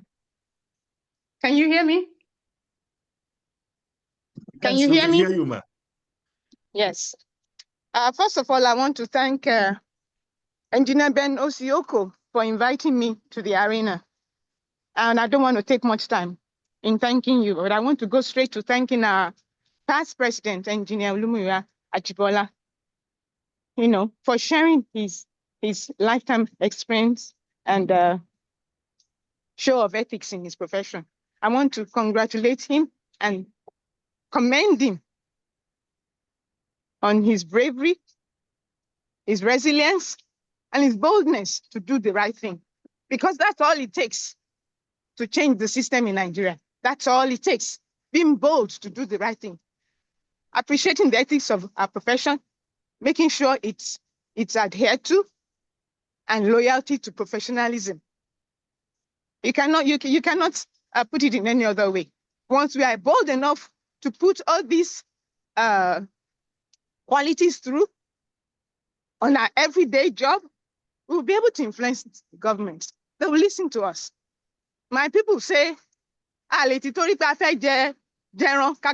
brother, meaning you cannot say because you want to eat meat, call the cow our brother. We must be ready to do the right thing, even when it hurts. Not only when it, what's the word I want to use now? When it when it's sweet. When it suits us, or when it brings money to our pocket. No, we must do the right thing because it's the best thing to do. It is God that rewards, not people. We should wait for the reward of God. When you are doing the right thing, that will be taking care of people taking care of generations to come, you will see how the reward will come on its own. So I want to thank Engineer AJIBOLA for that boldness. If all of us, all the leaders in NSC, can exhibit these qualities and move it forward and do all to make sure that the right thing is done, the government will start listening to us. Policies will start changing. You see us in positions in power. Thank you. God bless you all. It's a great program. Thank you. Bye-bye. Thank you, Ma. I think that's we take Engineer Mary Jane. All right. Good evening, Engineer Benosi, for giving us this platform to be able to socialize with our senior colleagues. Thank you once more, Engineer AJIBOLA FNSE, for sharing your life experience and the experiences you gathered during the time of your career in NSC. My question is two questions. We'll take it one after the other. One, I'm sorry I didn't witness your leadership because that 2010-11 was the year I left the university. But having listened to all you said, I would like to ask, what would you have done differently if you were still the NSC president in terms of enacting policies, like collaborating with the government to enact policies that will reform the Nigerian Society of Engineers, or generally engineers in Nigeria, to promote the interests of Nigerian engineers and encourage the government to prioritize their placements, like talking about proper placement in the area of works, and also to utilize engineering projects so as to reduce reliance on foreign expatriates. As we all know, some of the projects that are done in Nigeria are being handled by foreign expatriates, while our engineers do more of the peasant works there. So what would you have done differently to collaborate with the government to enact policies or advocacy that will reform the engineering sector? That's one. Two, what measures would you have taken to harmonize the engineering education curriculum? No, let me just round up with it. So it's very simple, please. Thank you. So what measures could you have taken to harmonize the engineering education, I mean the curriculum in Nigeria universities, so that they will be at par with the international standards? And what would you have done to make them collaborate with these Western colleagues, I mean the universities, so that their curriculum will be the same and our engineering, the quality of our education will be relevant in the Western culture when we travel with our certificates? Thank you so much. I hope you remember the two questions. I would have allowed you to answer now, but I saw a hand, and I think I have to acknowledge that. You have talked about him during your responses to the questions, and that is the executive chairman of the National Assembly Service Commission, who served under you, under your presidency as the executive secretary of the Nigerian Society of Engineers, Engineer Ahmed Kadi Amshi. Engineer Amshi, sir, please, can you unmute?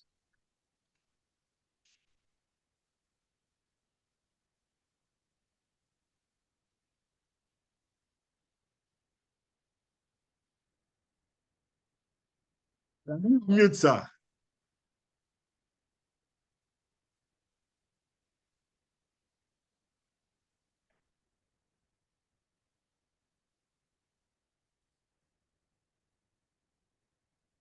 Okay.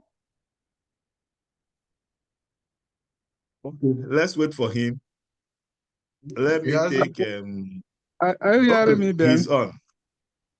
Yes, we can hear you, sir. Good evening, sir. Oh, okay. Thank you very much. How are we today?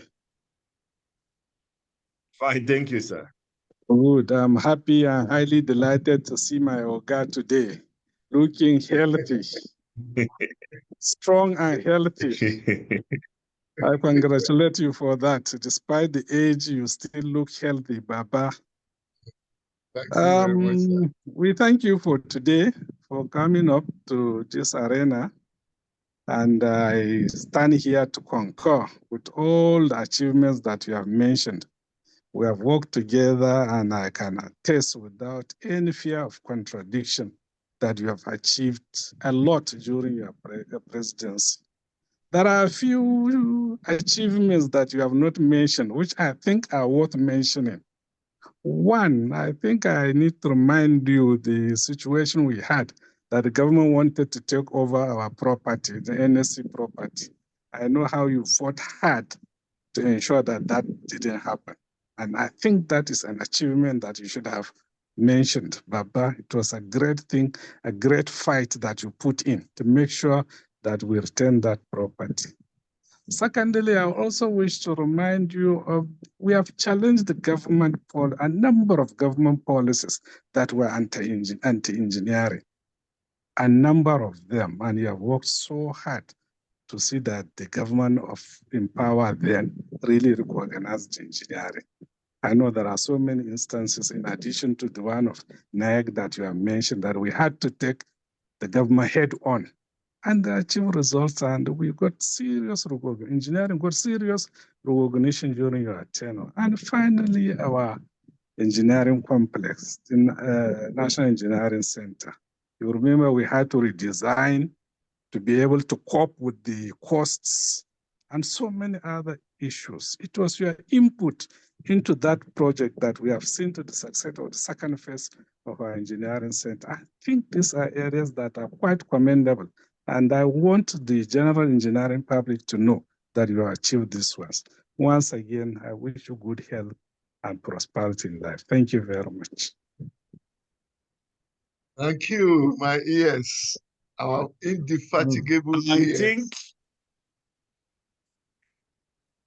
I'm afraid we may not be able to take all the questions, but please, I will allow, because Bulaimo has raised his hand for a long time. I think I will take the remaining 1, 2, 3 so that we can just wrap it up with the responses. So please, your questions should be as brief as possible. If it is not question, if it is comments, please just limit it to 30 seconds, please. Go on. Good afternoon, respectable engineers. Good afternoon, respectable engineers, and to our presenter for today, good afternoon, sir. I would always see myself as a bridge between the old and the younger engineers. And my comments, because I will be very brief, is to Engineer Ben Osi himself. I hope you know that this platform you have created is opening a lot of things, particularly to the younger engineers, on what efforts people of old have done, which are not even, obvious to us. And there should be a sort of follow-up for this, because everybody keeps complaining about the Nigerian situation, Nigerian engineers, whereas we never knew we had such a rich history like this. There's so many things that today's lecturer has mentioned that is worth following up. I believe that this platform should be used for that purposes. You have done a lot in the past few times I've been on this arena, bringing up a lot of people that are showcasing a lot of things that's going on that we don't even know as young engineers. So please, you need to do a follow-up on this. You need, after such a program of this nature, you should have a team who would follow it up. You should have a database of the younger engineers on your forum, who you can use from time to time to pursue all these things. Yes, new administrations will come, they will face new challenges because of new things that are happening. So it's not as if they decided to, just abandon those things. No, maybe challenges have come that, it's another opportunity, sir.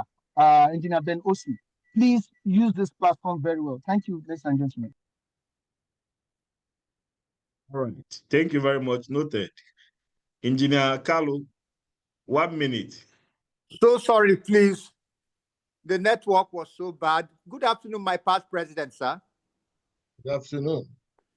It was lovely seeing you today and listening from your very, very elaborate treasure base of knowledge. God bless you, sir. My question, sir. From the very detailed professional expose of yourself, and I personally am compelled to commend you and your efforts, sir, because you seem to almost have seen it all that engineering has to offer in Nigeria. On a scale of 1 to 10, sir, please, in summary, kindly rate the Nigerian engineer and their performance in terms of evolution towards the El Dorado, the expected El Dorado, engineered Nigeria. Thank you, my Lord, and do have a blessed evening.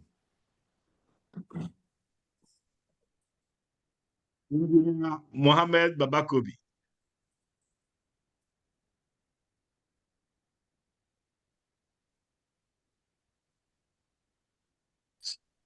Thank you very much, the host, FNSE.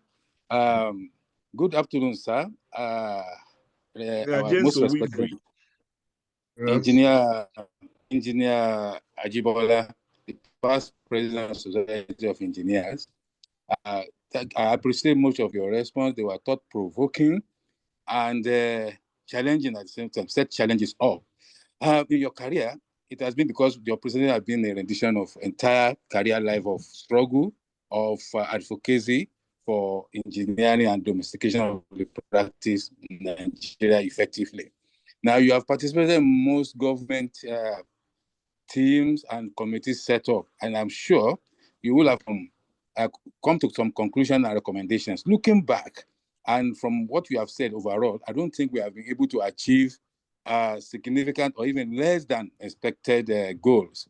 What will you say account for this? Is it simply because government has just decided to drop the ball, giving consideration to our low technology base and enjoying or join with foreigners, or they are trying to quickly show political achievement? Or is it that our own engineers on their own too have not been well prepared for these challenges? Or do we have underinvestment by Nigerian entrepreneurs who should have invested in engineering practices? So if we, these are my thoughts, maybe this, what will be your recommendation going forward? What we do going Engineer forward? Robbie James Owivri. Thank you. Are you on mute? Engineer Robbie James Owivri. Thank you, comrade. Good evening, my past president. Good evening. Yes, sir. I very much appreciated all that you have said to this afternoon about the engineering practice. I remember vividly, your days as the president of FNSE, how you have been able to lead us to a lot of frontiers. So this is quite appreciated. And most importantly, I'm happy that even at this time, you are still featuring in most of the activities of engineering. So thank you and God bless. However, sir, I have a question I would like you to attend to. What is your opinion, sir, about the proliferation of the engineering profession into several subdivisions?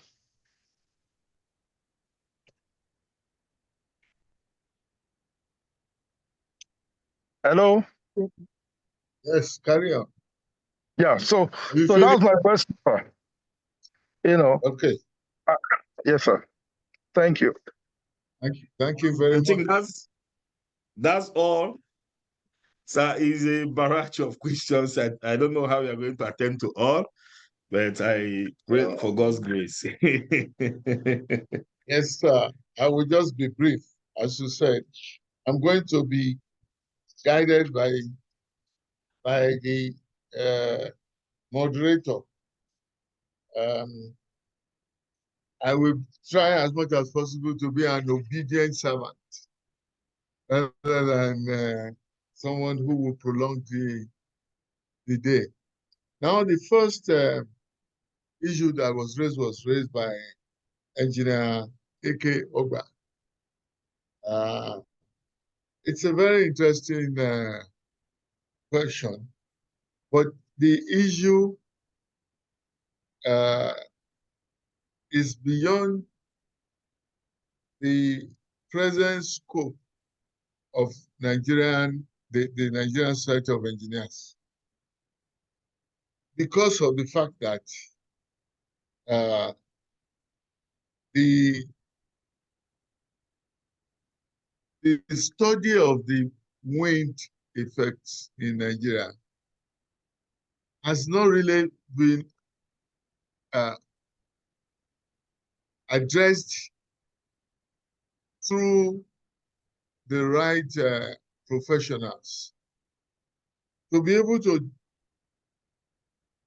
affirm design standards for the effect of wind, for wind loads. We need to be able to assess the winds. I mean, the wind effects, the speed, the direction, and so on. We need to be able to address it scientifically. In other words, we can only rely on the institutions that monitor the wind, like the meteorological department, to give us, to even define much precisely the action pattern, the pattern of the action of the wind. Do they come in cyclones? Do they come in all kinds of ways that that they will affect the structure? Yes, what we have been doing, not only here, not only in respect of wind, but in respect of most of our parameters that we use, and codes and standards, is adopting, as you have said, either the British code or the Euro code. Of course, the British code has more or less given up to the Euro code. Now, to be able to get to the code standards, the development of the code standards, there is need for more detailed study of the wind effects in different parts of Nigeria. Then our codes will be more meaningful.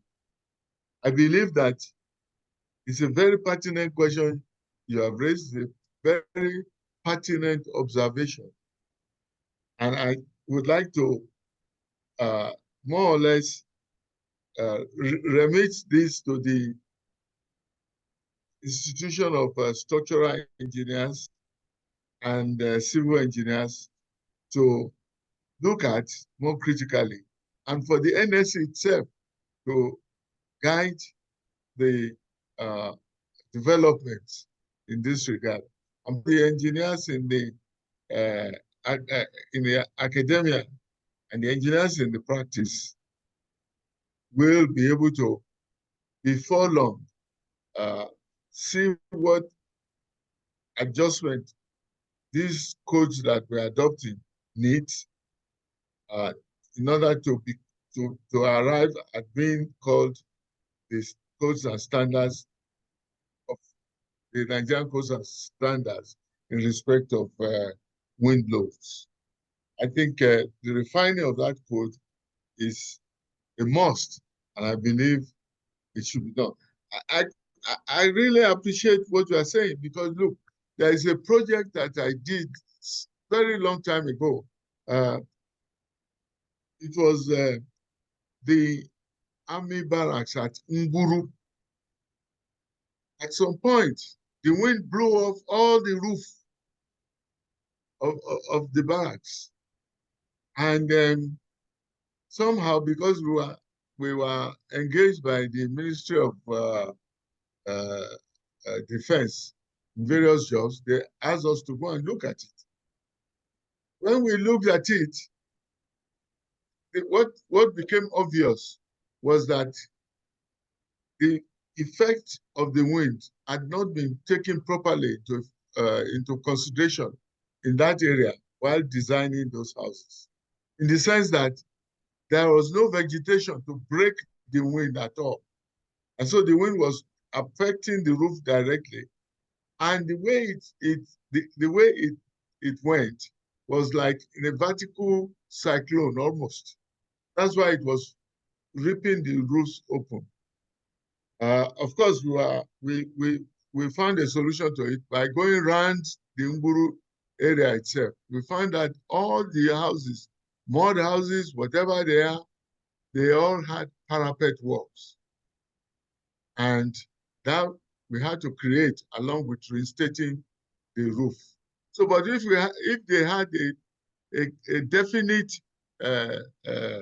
pattern of the wind at that place, the design would have been different if they had it in a code.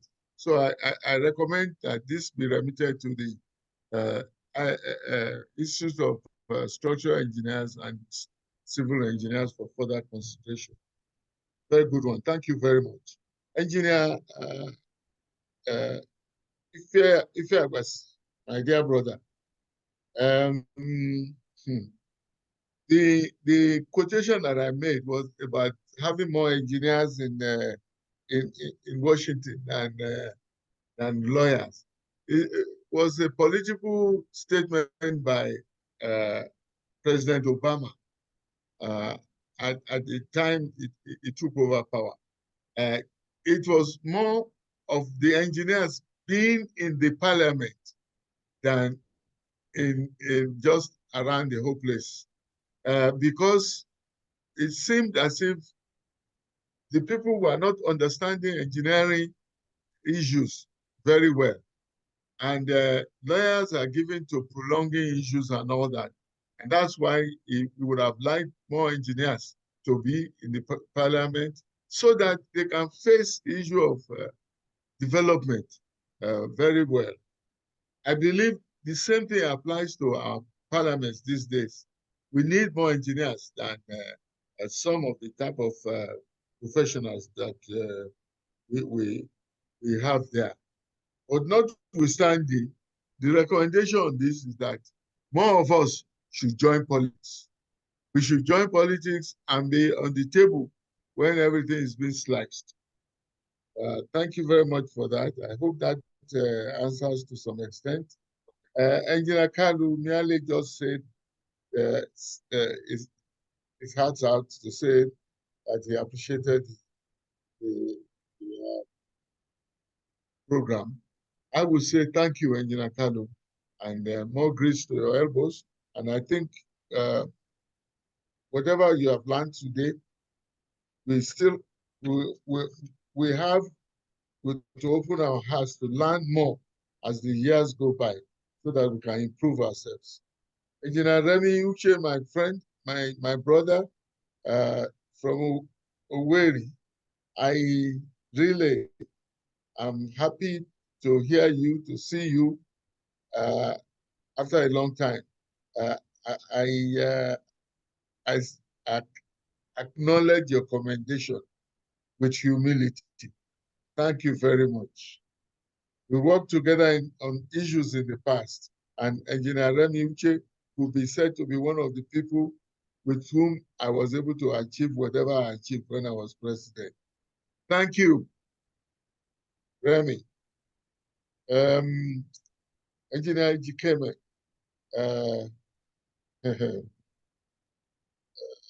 to Engineer and poor facilities, crisis in the professions. Serious crisis, that's what we have on our hands, because the professions are not even, they're not even in the equation. They're not in the equation. You know, not to talk about the engineering profession itself, which you have mentioned that someone said that after God, it is engineers. Well, the thing about this, the fundamental still is that we must convince the politicians that if they give opportunities to Nigerian engineers, it will not make anything go wrong. And even if something goes wrong, why not?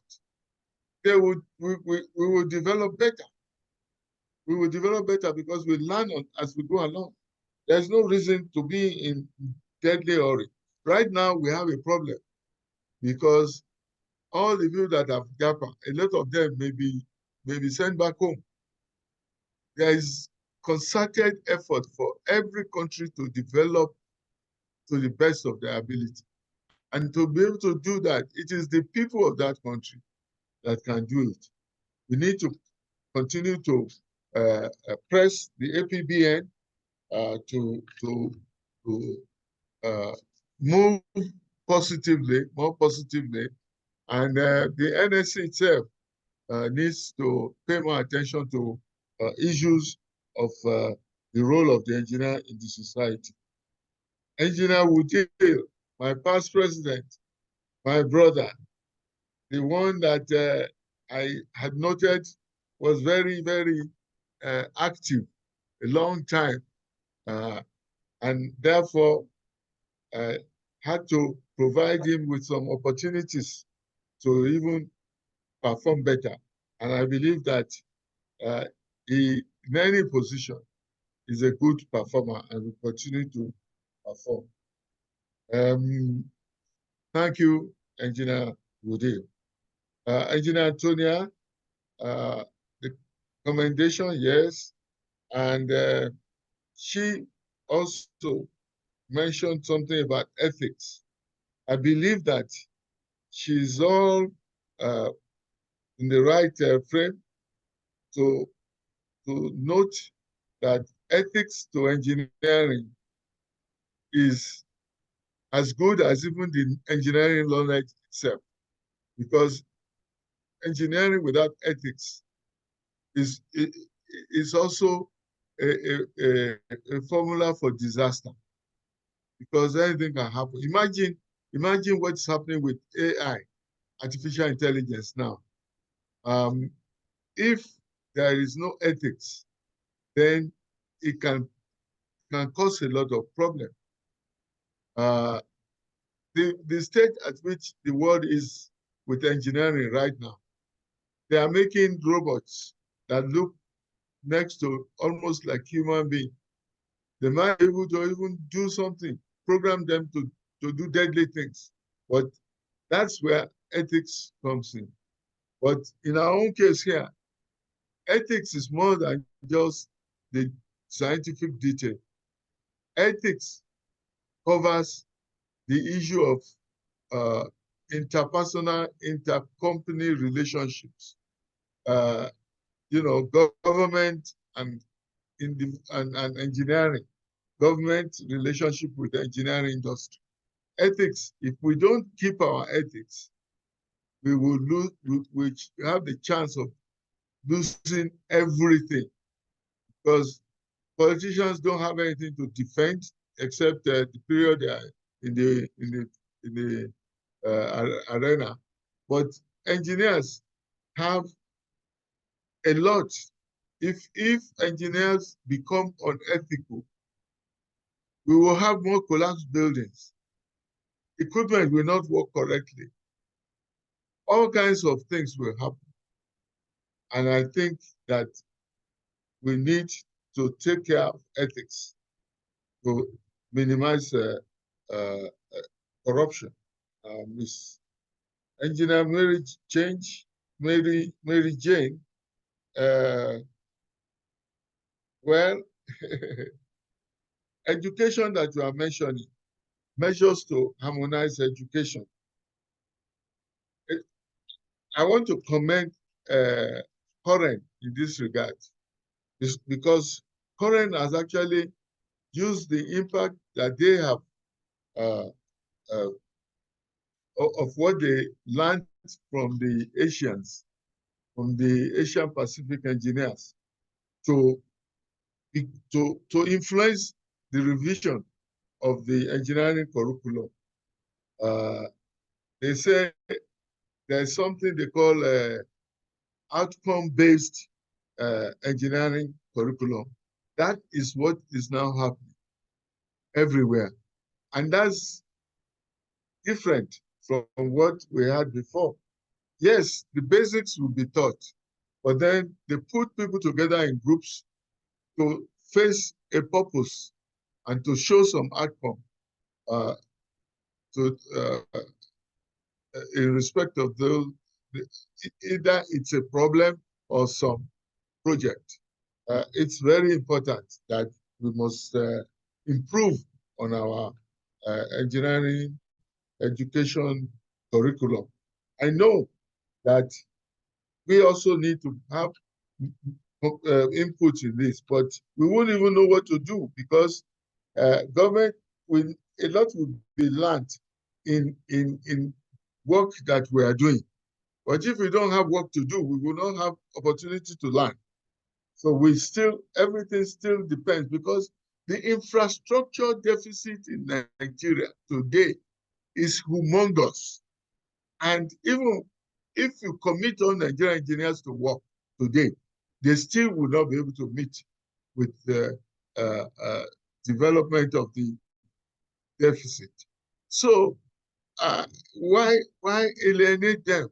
Why alienate them? We need to work at this, that they must understand that we must be involved. And that is when engineering becomes a Nigerian. Engineer Brahimo,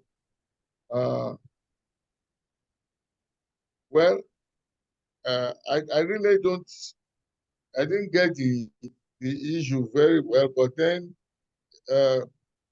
we need to pursue the issues that have been brought up beyond this point. And that I would advise Engineer FNSE to take note and see how we can share some of the issues that we raised with those who can advance them. Engineer Amshi, oh yes, sir. I'm happy that you are here. Thank you for everything that you did. He reminded us of the fight to retain our property. After somebody came to say that they came to measure the place for our resettlement. What resettlement? We didn't apply for resettlement. Why do they want to resettle us? Of course, I knew that if I didn't go to court, they could take over the following week. So we went to court. I sought permission from DOT to go to court, and we went to court. And the results, we got an injunction to prevent them from doing anything before we went to do the substantive action. But while we were doing that, the status quo was kept, and we continued to finish that part of the auditorium that remained. Thank God, at the end of the day, by a combination of political and man-no-man, and also the fact that the case was in court, the issue was settled, and we can keep our property. Well, we challenge, yes, we challenged a lot of policies of government, and we got some changes. One of it, which I remember to mention, is the absence of Directorate of Engineering in the Federal Ministry of Housing. Federal Ministry of Housing. No engineering directorate. engineer was reporting to either architect, quantity surveyor, or a builder. When we fought it, I went to the minister and asked him to change it. And they were saying that it was the SSG or SGF or something that could change it. And then I told the minister that I felt that his being there will be unnecessary if everything will be left to other people to do, that he should do the needful, that he has the capacity and the power to do the needful. So if he needs to consult with his brother minister or SGF or SSG, whatever, let him do that.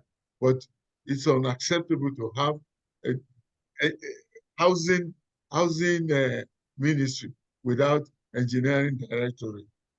Thank God, at the end of the day, we got it. We got the engineering directorate before I left the place. All the other things, a lot of things happened at that time. Time is not on our side to be able to say everything. Kalu, Engineer Kalu IO, preparedness of the now I understand what he's saying. If we are saying changes, even if we get the changes that we are advocating for, if the government is not reluctant, are the engineers prepared? Are we ready? We must get ourselves ready. That's why I suggested that we should have an in-house kind of arrangement where we can build capacity and influence ourselves in the realms of entrepreneurship, etc., etc. Baba Kobi, government teams. Okay, what is reasonable? Well, yes, what is reasonable? Is it the attitude of government or the engineers? Well, the attitude of government is pretty bad.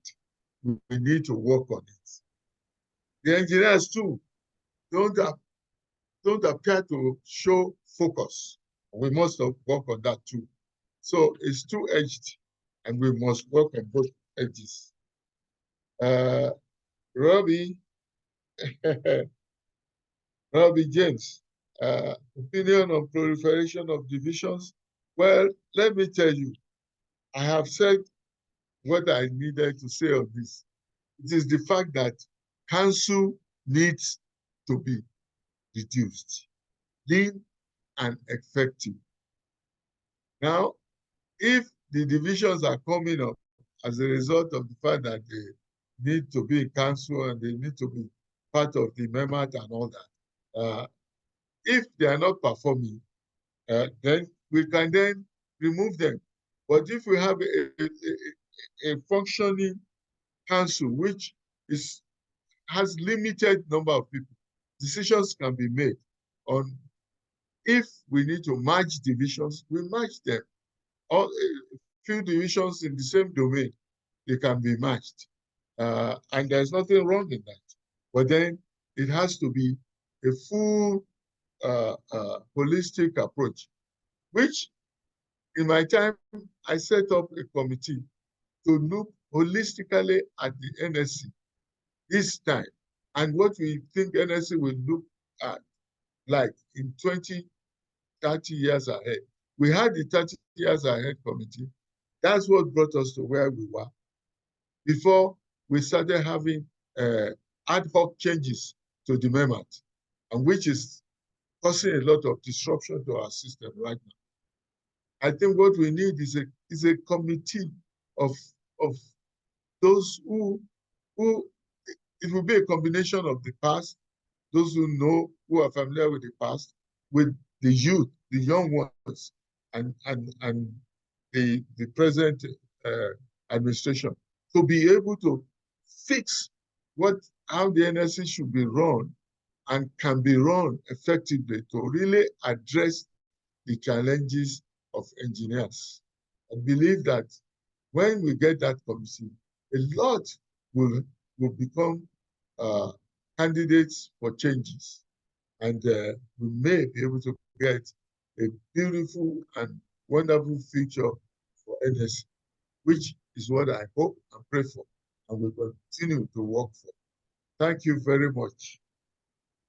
It's been a very wonderful time with you, and I most sincerely thank you, our past President, Engineer Chief OLUMUYIWA ALADE AJIBOLA, for your time. It's been insightful. It's been wonderful.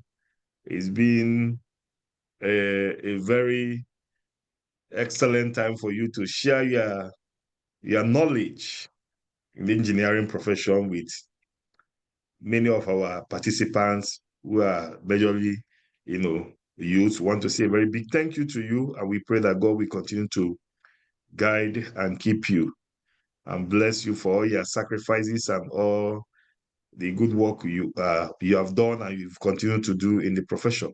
Now we are going to the last lap, and that is what we call the extra time. We are going to be asking questions, and the very first person to get the correct answer will be going home with the sum of 50,000 naira cash. And we have the question this way. Once you hear go, you send. What year did he return back to Nigeria? Go.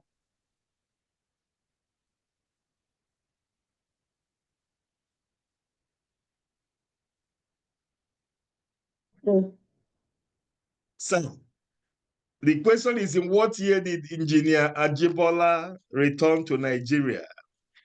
So, when did you return to Nigeria and what year precisely? You want me to say it? Yeah, you say the correct answer now.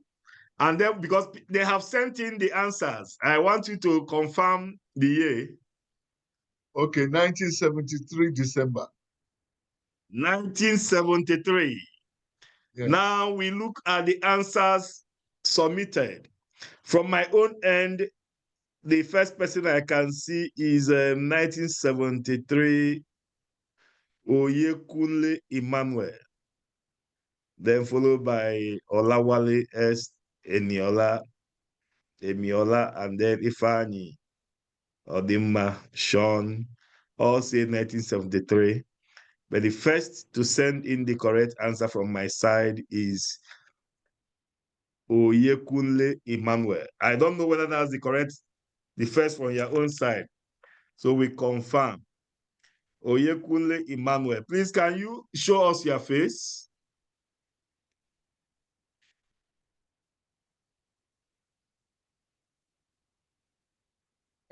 Okay, fantastic. Let us ask you to unmute. Oyekunle Emmanuel, congratulations. You have won the prize, the sum of 50,000 naira. Can you unmute your mic, please, so we can hear your voice? Where are you based? I'm based here in Calabar, sir. Calabar? Yes, all sir. right, congratulations. So, do you have my number? Yes, sir. So immediately after the event, after the program, you send your account details. We are going to credit you the sum of 50,000 naira as the lucky winner for today. And congratulations. And to all our participants, there are a lot of our very senior engineers who joined us today. We may not be able, because of time, to call the names of all of you, but I must sincerely say a very big thank you to all of you for always joining us in this program. We say thank you. God will bless you and have a very wonderful evening. And to our guest, Engineer OLUMUYIWA ALADE AJIBOLA, want to say thank you, sir, for being part of this program, for being our guest for today.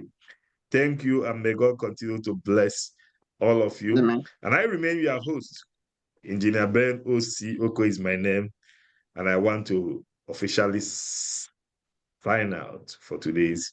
And watch out for the next edition next month is gonna be a bumper. Thank you and God bless you. Bye. Thank you very much.